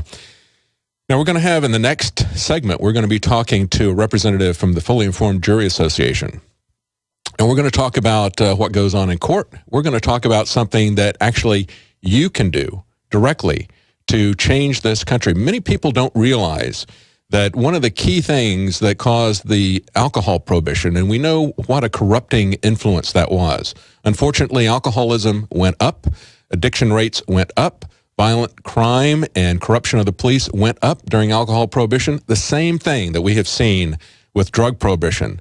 It's not about whether or not alcohol is good for you or bad for you. It's not even about whether the drugs are good or bad for you. It's about what prohibition does, the way it corrupts society, the way it destroys the rule of law, destroys our rights. And so you have certain rights, and that prohibition was ended effectively by a lot of juries who refused to send people to prison for violating alcohol prohibition rules. We've seen the same sort of thing happen in some notable trials about marijuana and some other issues. And so we're going to be talking to Kirsten from the Fully Informed Jury Association about the role of juries, not only what their rights are, but what their duties are. You're there to make sure that justice is done for your fellow man. And I know that when we had the reporters contest, which is how I got here, my video was on Fully Informed Juries. And I was amazed to find, when I talked to people on the street, so many people believed that it was their role as a juror to do what the judge told them to do, because the judge knew better. They had basically turned over their reason and their rational thought and any skepticism to just a blind obedience to authority. And that's why so many of us who are called conspiracy theorists, we're actually conspiracy researchers, we're conspiracy fact finders, because we don't blindly follow everything that the government tells us, because just because someone works for the government doesn't make them an angel. It also doesn't make them an authority figure. If they get outside the rule of law, if they get outside the Constitution, they don't have any authority. They're now a criminal. And we're going to talk about what is told to people in courtrooms by judges, and we're going to be having her coming up in the next segment. Now, one news article that really caught my eye today, excuse me, came from Wired Magazine, and they were talking about this Chinese fellow. His name is Zhao Baoan. And he's a genius, and he's doing some genetics research. This is something that could very easily go into a real nightmare science fiction scenario. But listen to how this Wired Magazine article starts. It says, Zhao Baoan is late for a satanic heavy metal concert. After haggling the doorman down to half price, he pushes into a Beijing bar with a ceiling low enough to punch. He follows a shriek of guitars down a corridor into a mosh pit by strobe lights. It's hot as hell and looks like it too. Men on stage are made up as demons and slashing through a song about damnation. It seems like when you get into eugenics, there's always some kind of a satanic connection, even at this level. And although it may have some beneficial effects, we have to worry about things like Gattaca, if you've ever seen that science fiction movie. But we're going to be right back, and we're going to talk about fully informed juries, so stay tuned. Show. I'm David Knight filling in for Alex, and we're going to be talking about a form of tyranny that is not just over the mind of man, but is creeping over our entire society, and that is the loss of a time-honored tradition of liberty, not even a tradition, really a mechanism of liberty. That's the jury. And we're going to be talking to Kirsten Tynan, who is with the Fully Informed Jury Association. She is trying to inform jurors what their rights are as well as their duties under the law. This is one of the most important things that we have as citizens. It's you've got it's been said, you've got the ballot box, the jury box, and the cartridge box. Well, we don't want to have to use the cartridge box, and the electoral box is really pretty well corrupted. And the jury box is very rarely even being used now. Nearly every trial, everyone who is charged with a crime does a plea bargain rather than going for a jury trial. And so we're going to talk to Kirsten, and we've got her on the line right now. Kirsten, how are you doing? How are you? Thank you for joining us. Now, let me tell people a little bit about you. It says on your bio here that your pro-liberty activism began in school while you were studying mechanical engineering. Actually, I'm an engineering student myself. I worked for a while, but not as a mechanical engineer, but as an electrical engineer. So, we've what did you do as in college when you were starting your activism? I was a member of a political group, and we did things like we hosted the Million Marijuana March in Tucson, and we hosted debates on campus and things like that. So, well, it's interesting that you bring that up, because I talked this last fall to the New Jersey weed man, who basically this is a fellow who had medical marijuana exemption in California. And he took a lot of marijuana with him to New Jersey. I think he had something like over a pound of it. It was a huge quantity, so much so that they were charging him with being a dealer. And he decided that he thought he could get hung juries to let him off if he went with Fully Informed Jury Association. Of course, a lawyer won't make that kind of a plea. So he represented himself pro se, and in his first trial, he actually put up a placard of the New Jersey Constitution, which says that jurors have a right to judge the law as well as the facts of a case. And in that case, he got a hung jury, even though the judge told him to put it down or he's going to throw him in jail. The next case, the judge was friendly and let him keep that sign up, which is basically just a printed sign of the state constitution. And that's the first judge censored that. The second judge didn't. And in the second trial, he got off by 12-0. He was acquitted. Mm-hmm.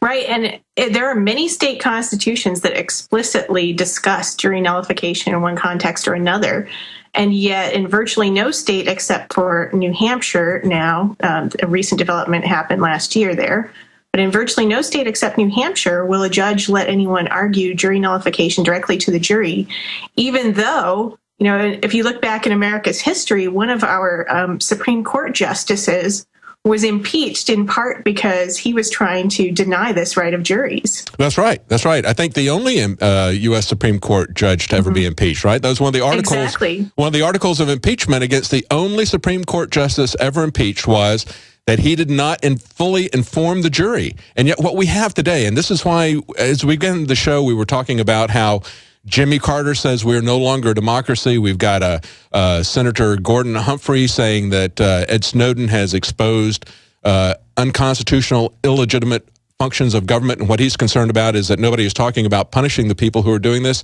And then we have Paul Craig Roberts, who is one of the chief economists for Ronald Reagan, saying that our government is no longer legitimate because why? It doesn't follow the Constitution.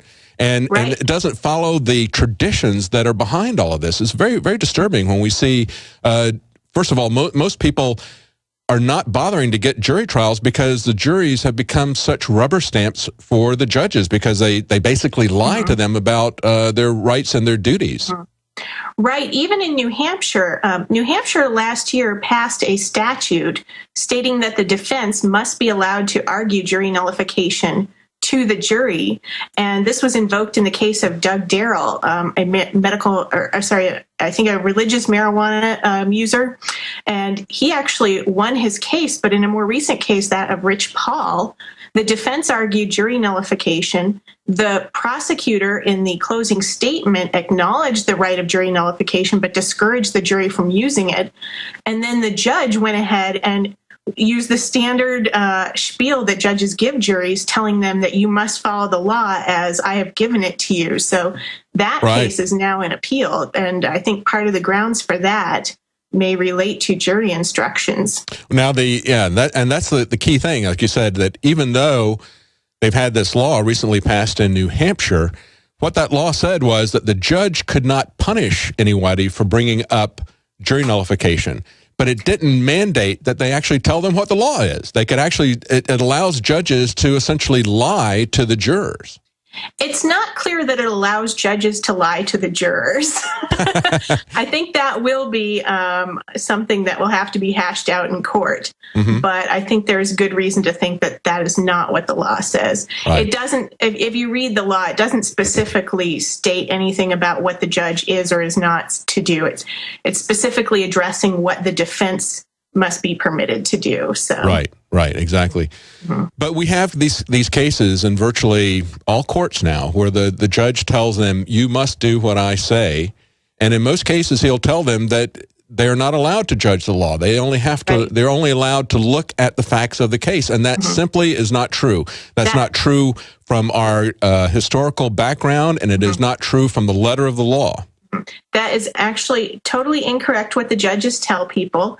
If you look at one of the earliest Supreme Court cases in United States history, our first Chief Justice of the Supreme Court, John Jay, in fact, explicitly stated that it was a right of jurors to interpret the law as well as the facts. He said that judges are assumed to be the better interpreters, but it is in fact the right of juries to do their own interpretation if they see fit.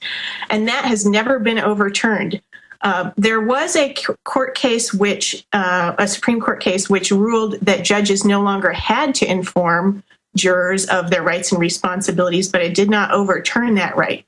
So by simply not informing them, it used to be as commonly understood that jurors could refuse to enforce unjust laws as it's understood today that we're going to get called for jury duty. It was just a part of the culture. But once that was ruled that judges no longer had to inform jurors of that, it kind of fell out of common knowledge. And so what the Fully Informed Jury Association does is try to document and spread the history of that, where it comes from. It's rooted in English common law. Yeah, let's talk about that a little bit. That goes back. Most people have heard of William Penn, the founder of Pennsylvania, a Quaker. Right.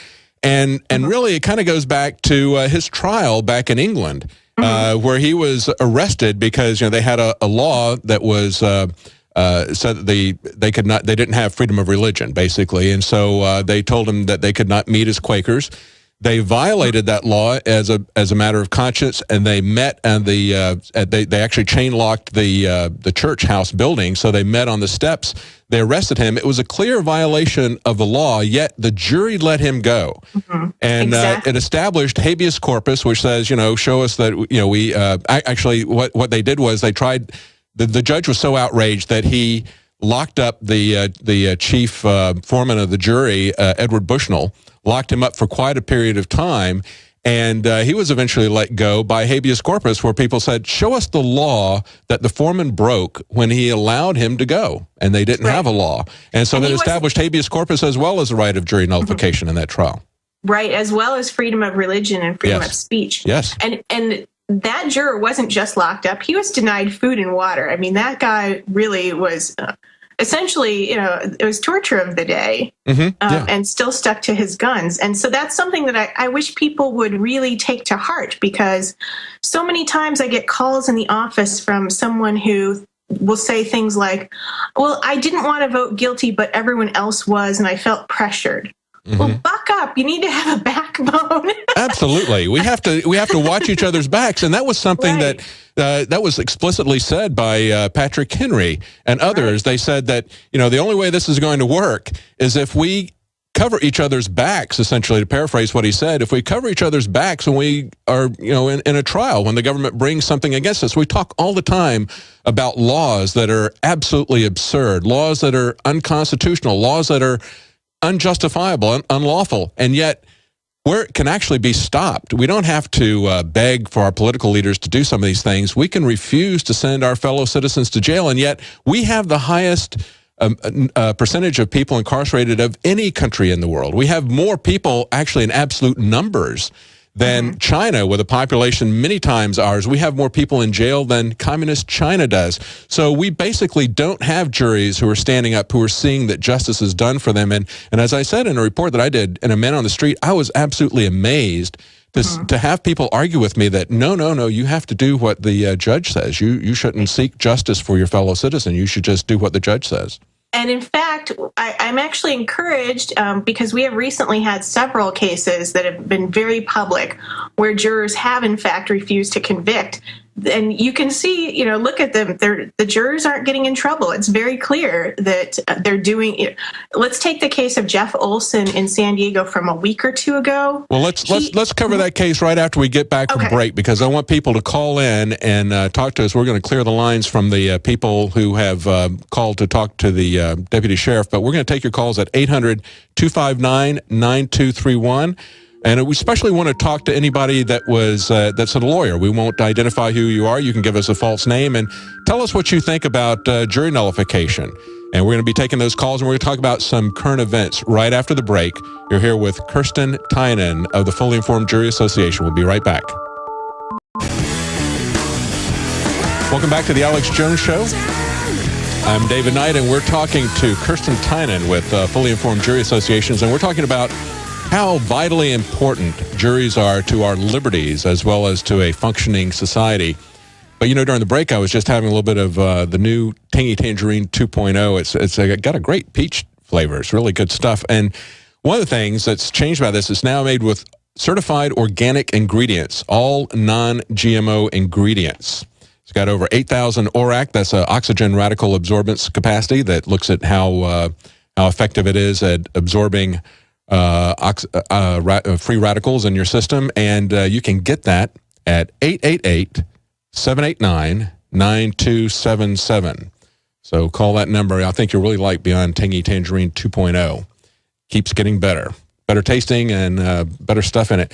Now, just before the break, Kirsten, you were telling us about you were beginning to tell us about some current cases that involved fully informed juries.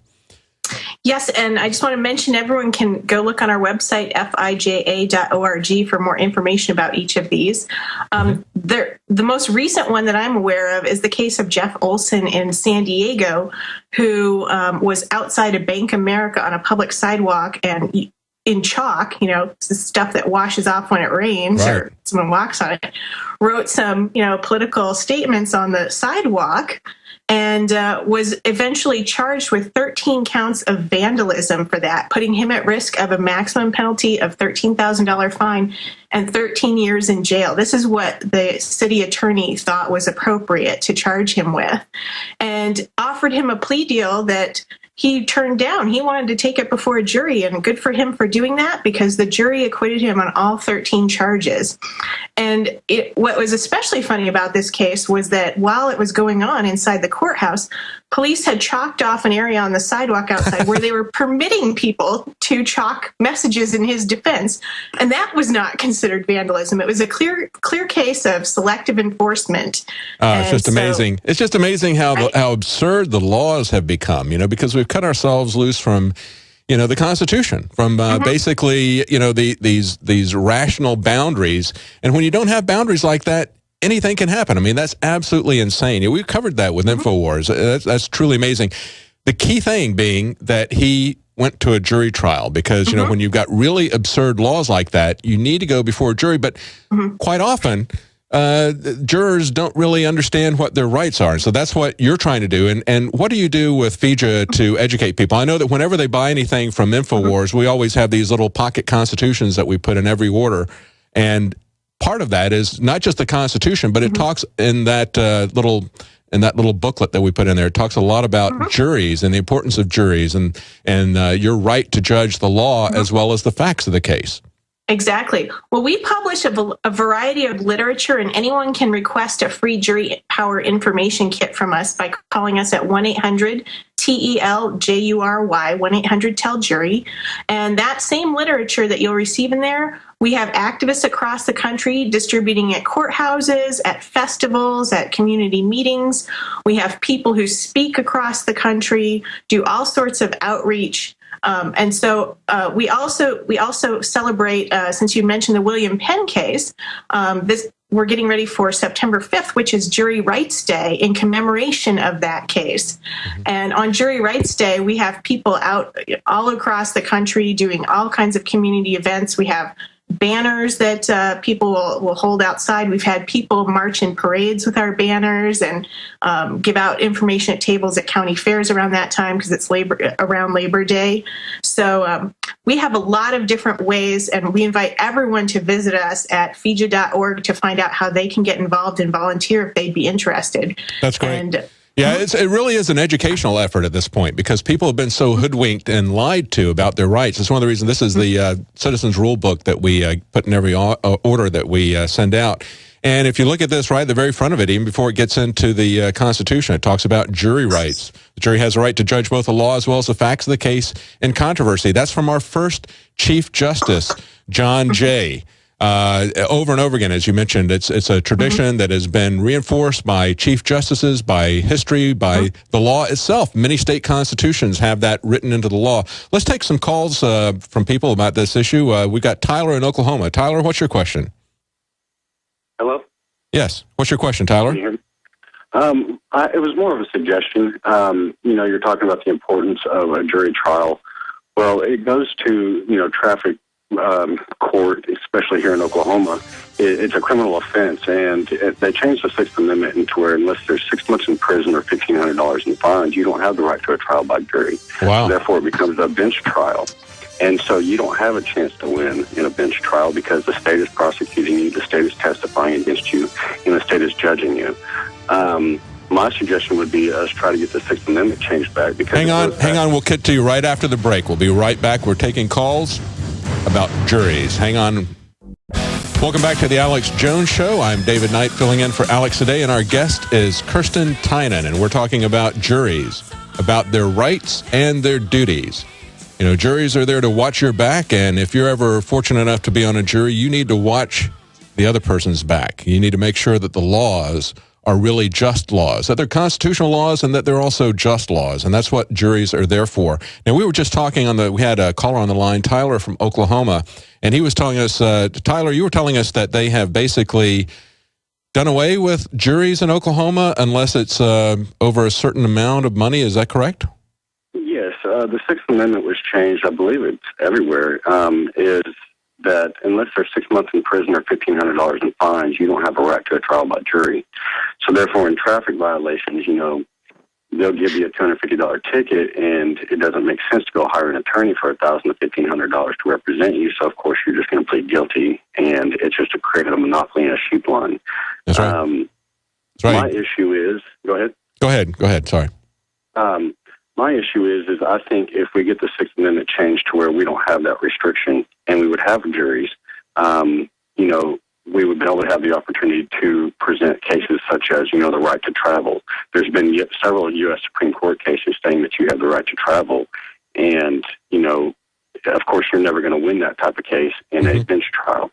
So if you had a jury actually reading cases such as the right of a citizen to travel upon public highways and to transport his property thereon either by carriage or by automobile is not a mere privilege, which a city may prohibit, permit at will, but a common law right which he has under the right to life, liberty, and the pursuit of happiness.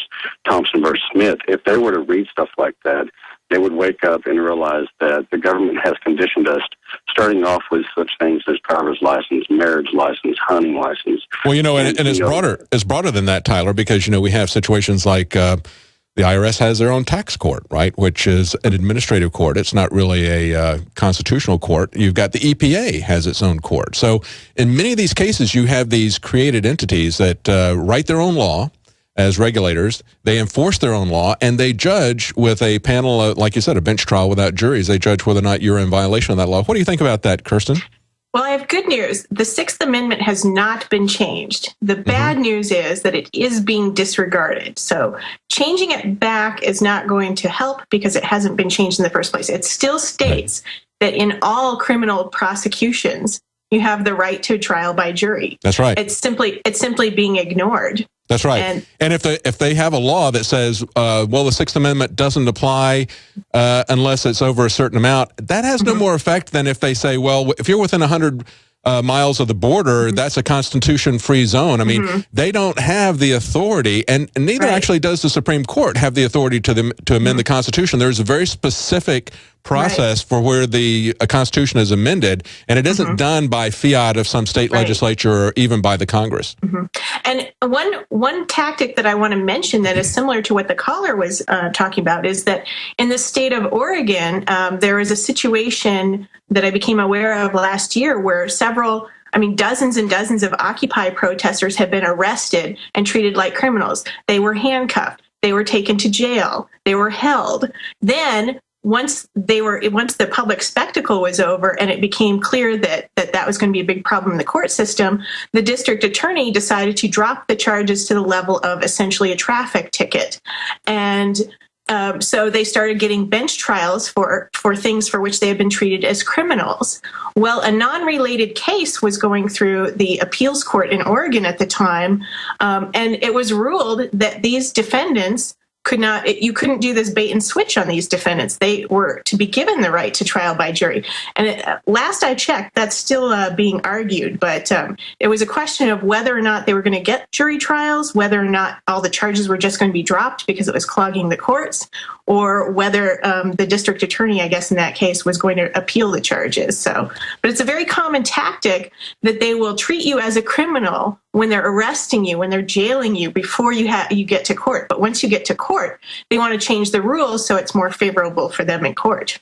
Well, and as people are listening to this, they're thinking maybe, well, I'm a law-abiding citizen. I would never do anything to offend the government or whatever.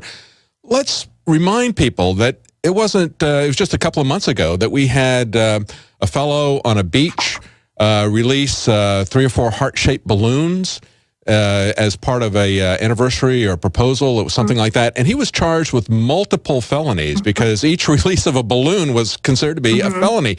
Right. You never know when you're going to be swooped up by the police state that's here. And there's the article right there we've got up there. Man faces 5 years in prison for releasing balloons on the beach as a romantic gesture.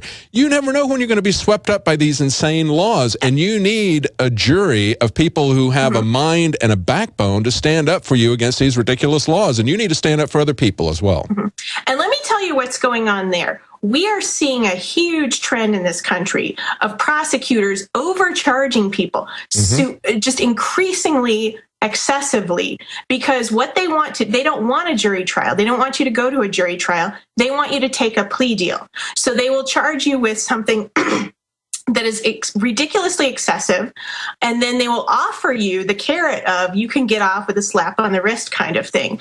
And what I like to tell people is that if the prosecutor is willing to settle for, I don't know, a fine or community service, but if you go to jury trial, they want to nail you for 80 years, and that is an actual case, then what is the math there? The math is that your right to trial by jury, they're charging you 80 years of your life to exercise that. That's what they're doing. The difference between what they're willing to settle for in court and what they're willing to settle for if you simply knuckle under to petty authority, that is the price you're paying for a jury trial. And that is disrespecting our right to jury trial. It's using it against us if we exercise it. You're better off to represent yourself pro se than to give in to that kind of stuff like that. I mean, and go for a fully informed jury plea, just like the New Jersey weed man said. In that first trial where he got over half of the jurors to let him go, he said he put up the law from the New Jersey Constitution, even though the judge threatened him and made him take it down right away, threatened him with contempt and was going to throw him in jail. He said it was too late. The information was already out there. One of the things that this Citizens Rule Book says, it says the only power the judge has over the jury is their ignorance. That's what we're trying to cure here with a fully informed jury association. We're trying to inform people about what their rights and their duties are as jurors. We've got a caller here, Cletus in California. Cletus, do you have a question for us? Hello, Cletus. Are you there? Okay, we'll move on to the next one. Clay in North Carolina. Hi, David. Hi, Kirsten. Hi. Hi. What's your question, Clay? Boy, what you folks are saying here, there's so many things that's running through my mind. The main thing, though, that the comment I had was the emphasis also needs to be just as much on grand juries as petit juries. This is the way we fight overzealous prosecutors to dovetail on what you were just talking about. Right, and we actually do deal with grand juries as well. I just got an email last night from someone who is actually on a grand jury asking for information on what grand juries are all about. He said, it seems like all we're doing is rubber stamping what the prosecution hands us, and I'm not sure that's what we're supposed to be doing. So hopefully we will get him straightened out. But in fact, grand juries are meant to be a barrier between government and the defendant. It's supposed to be a hurdle that they have to overcome in order to charge someone. It's not supposed to be this rubber stamp ham sandwich situation that we're also familiar with. Yeah, unfortunately, we're seeing that rubber stamp happen at all levels. It's just the grand jury is particularly notable about that. Maureen in Virginia. Maureen, have you got a question for us? Actually, what you were just talking about, when I was in Charleston, South Carolina, I found out who the chairman of the grand jury was. I had to sneak into the grand jury behind the prosecutor's back, and when I was there, I saw a cop come in and hand the woman in charge 2 stacks. One, he said, true bill this stack. The other one, he said, no bill this stack. And she came over to me, she says, I'll just be a few minutes. And I'm thinking, yeah, right, it's going to take hours. But within a couple minutes, she brought them out. True bill this stack, no bill this stack. They don't even have 5 not even reading minutes to read any of them. But that's not why I called. I called because, unfortunately, I called because I wanted to know if both the sheriff and the prosecutor are involved in criminal activity. How in the world can you get that stopped with a jury, especially when the grand jury thing is a scam and the people basically have to come in. If they don't come in to be on the grand jury, they are arrested, and they have to stay there until they true bill or no bill the stack, and they're not allowed to investigate anything. How do you get around that? That's a pretty complex question. There's not much that a jury can do in terms of getting rid of a sheriff or a judge who is corrupt if that doesn't end up in court. That's not something that a jury can do.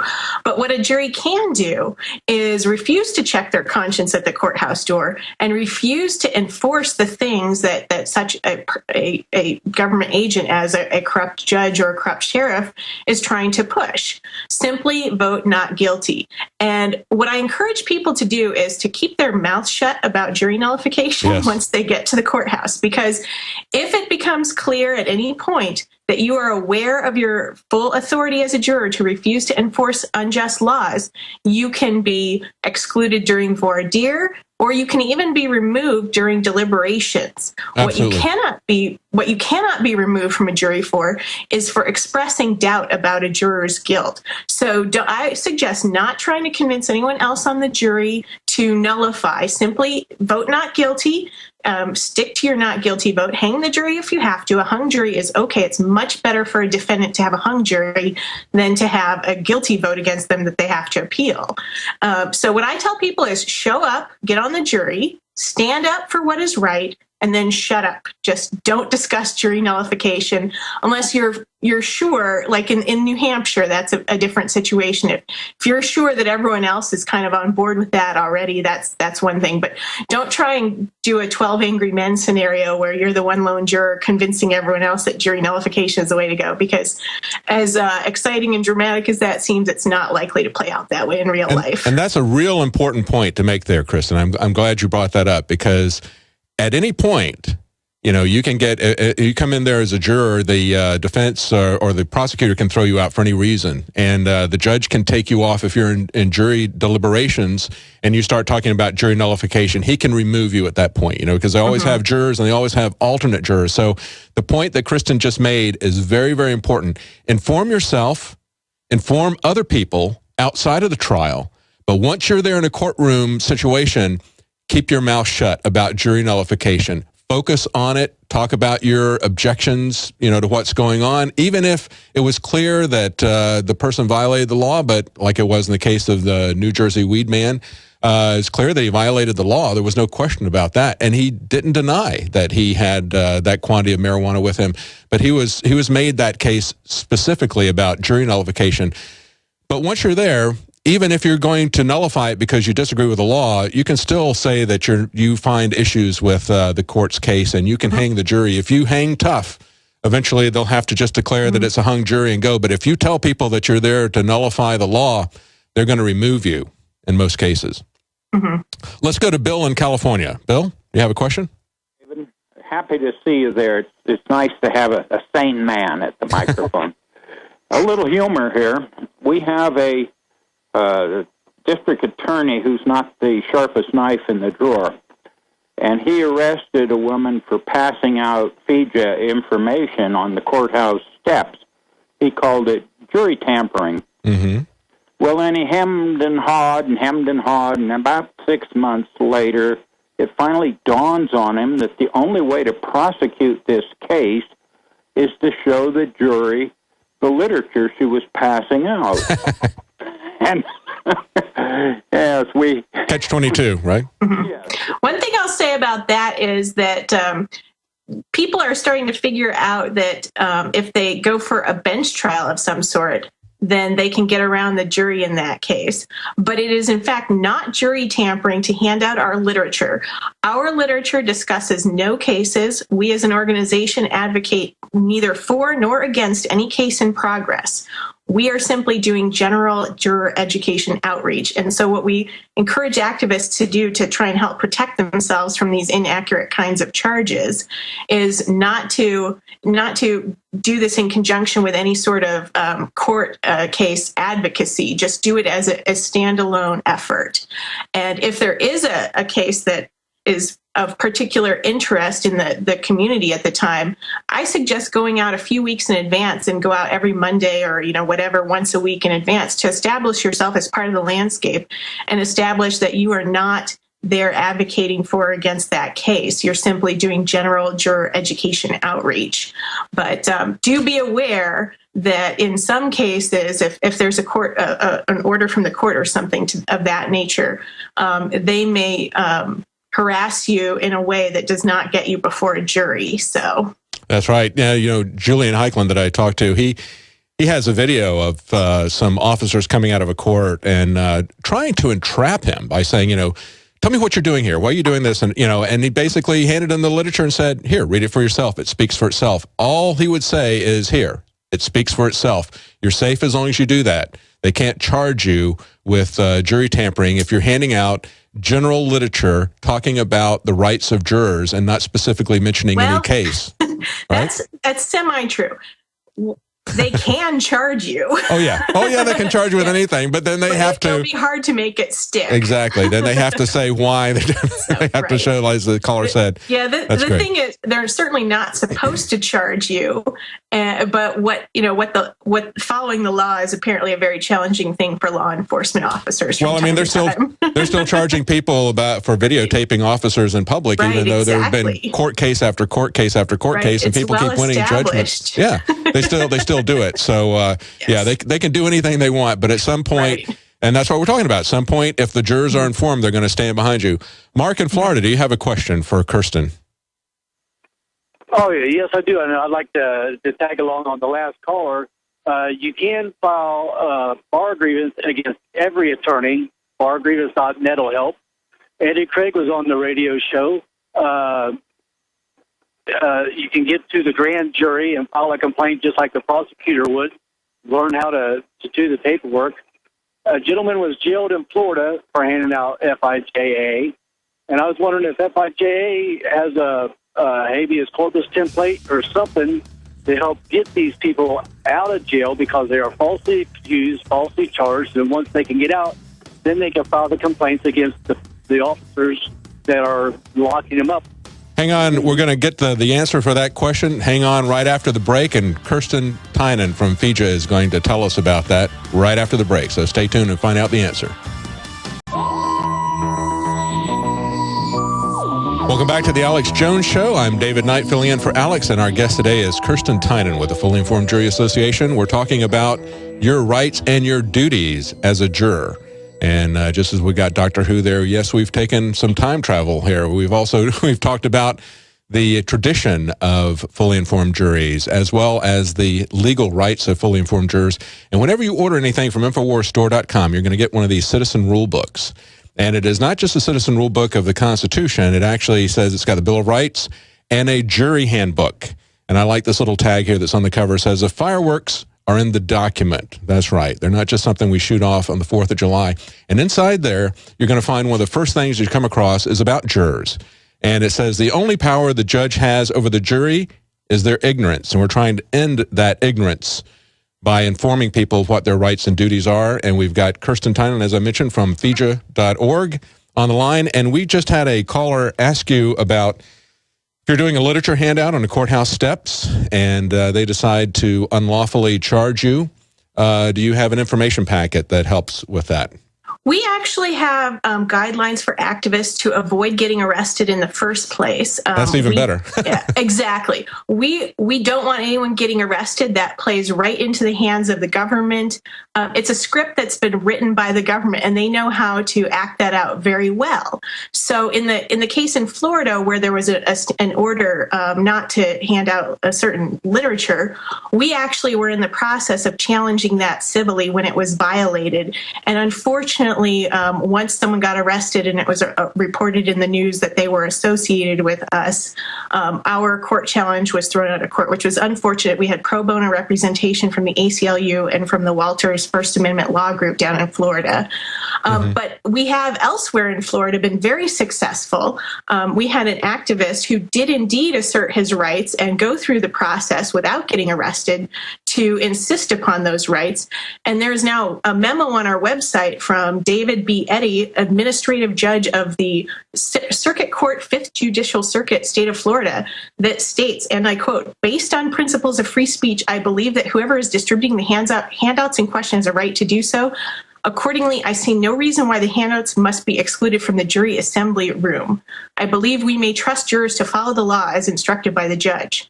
Right. So this person obviously disagrees with jury nullification, But he has stated it's perfectly, within our rights to distribute that. And without anyone getting arrested, we have a memo from this judge in that district. So, well, that's great. That's the important thing, is that you get the word out, that we establish a legal precedence, that we don't have the bad publicity that somebody got arrested for exercising their constitutional rights. But again, I would remind people that, just as we occasionally have police jurisdictions where they arrest people for videotaping, that is your right. And if you don't exercise your rights, you will lose them through apathy, through non-use. And so it is important that you stand up, even though there may be some consequences for it, but it is not illegal. Right. And you definitely can insist upon your rights in a way that is not going to put you at as much risk as in the case where the arrest happened in Florida. That individual didn't even get a jury trial. That is a huge risk. He not only lost his freedom for that amount of time, but he lost income, and all of that. Yeah. Whereas, Kirsten, just before we had Stan Lenic, who is the Constitutional Sheriffs and Peace Officers Association Deputy Sheriff of the Year. And one of the things he said was, it's the way you interact with the police. Sometimes you can defuse a confrontational issue like that just by being wise about what you say. And that's where your materials that you have at FIJA come in. They not only educate people, but they show them how to do it. We're out of time. Thank you so much for talking to us and explaining that to us. And we want to keep up on this, and it's an information war. We want to inform people of what their rights and their duties are. Thank you so much for joining us today, Kirsten Tynan. Thank you for having me. That's it for today. We'll be back tomorrow at 11 Central.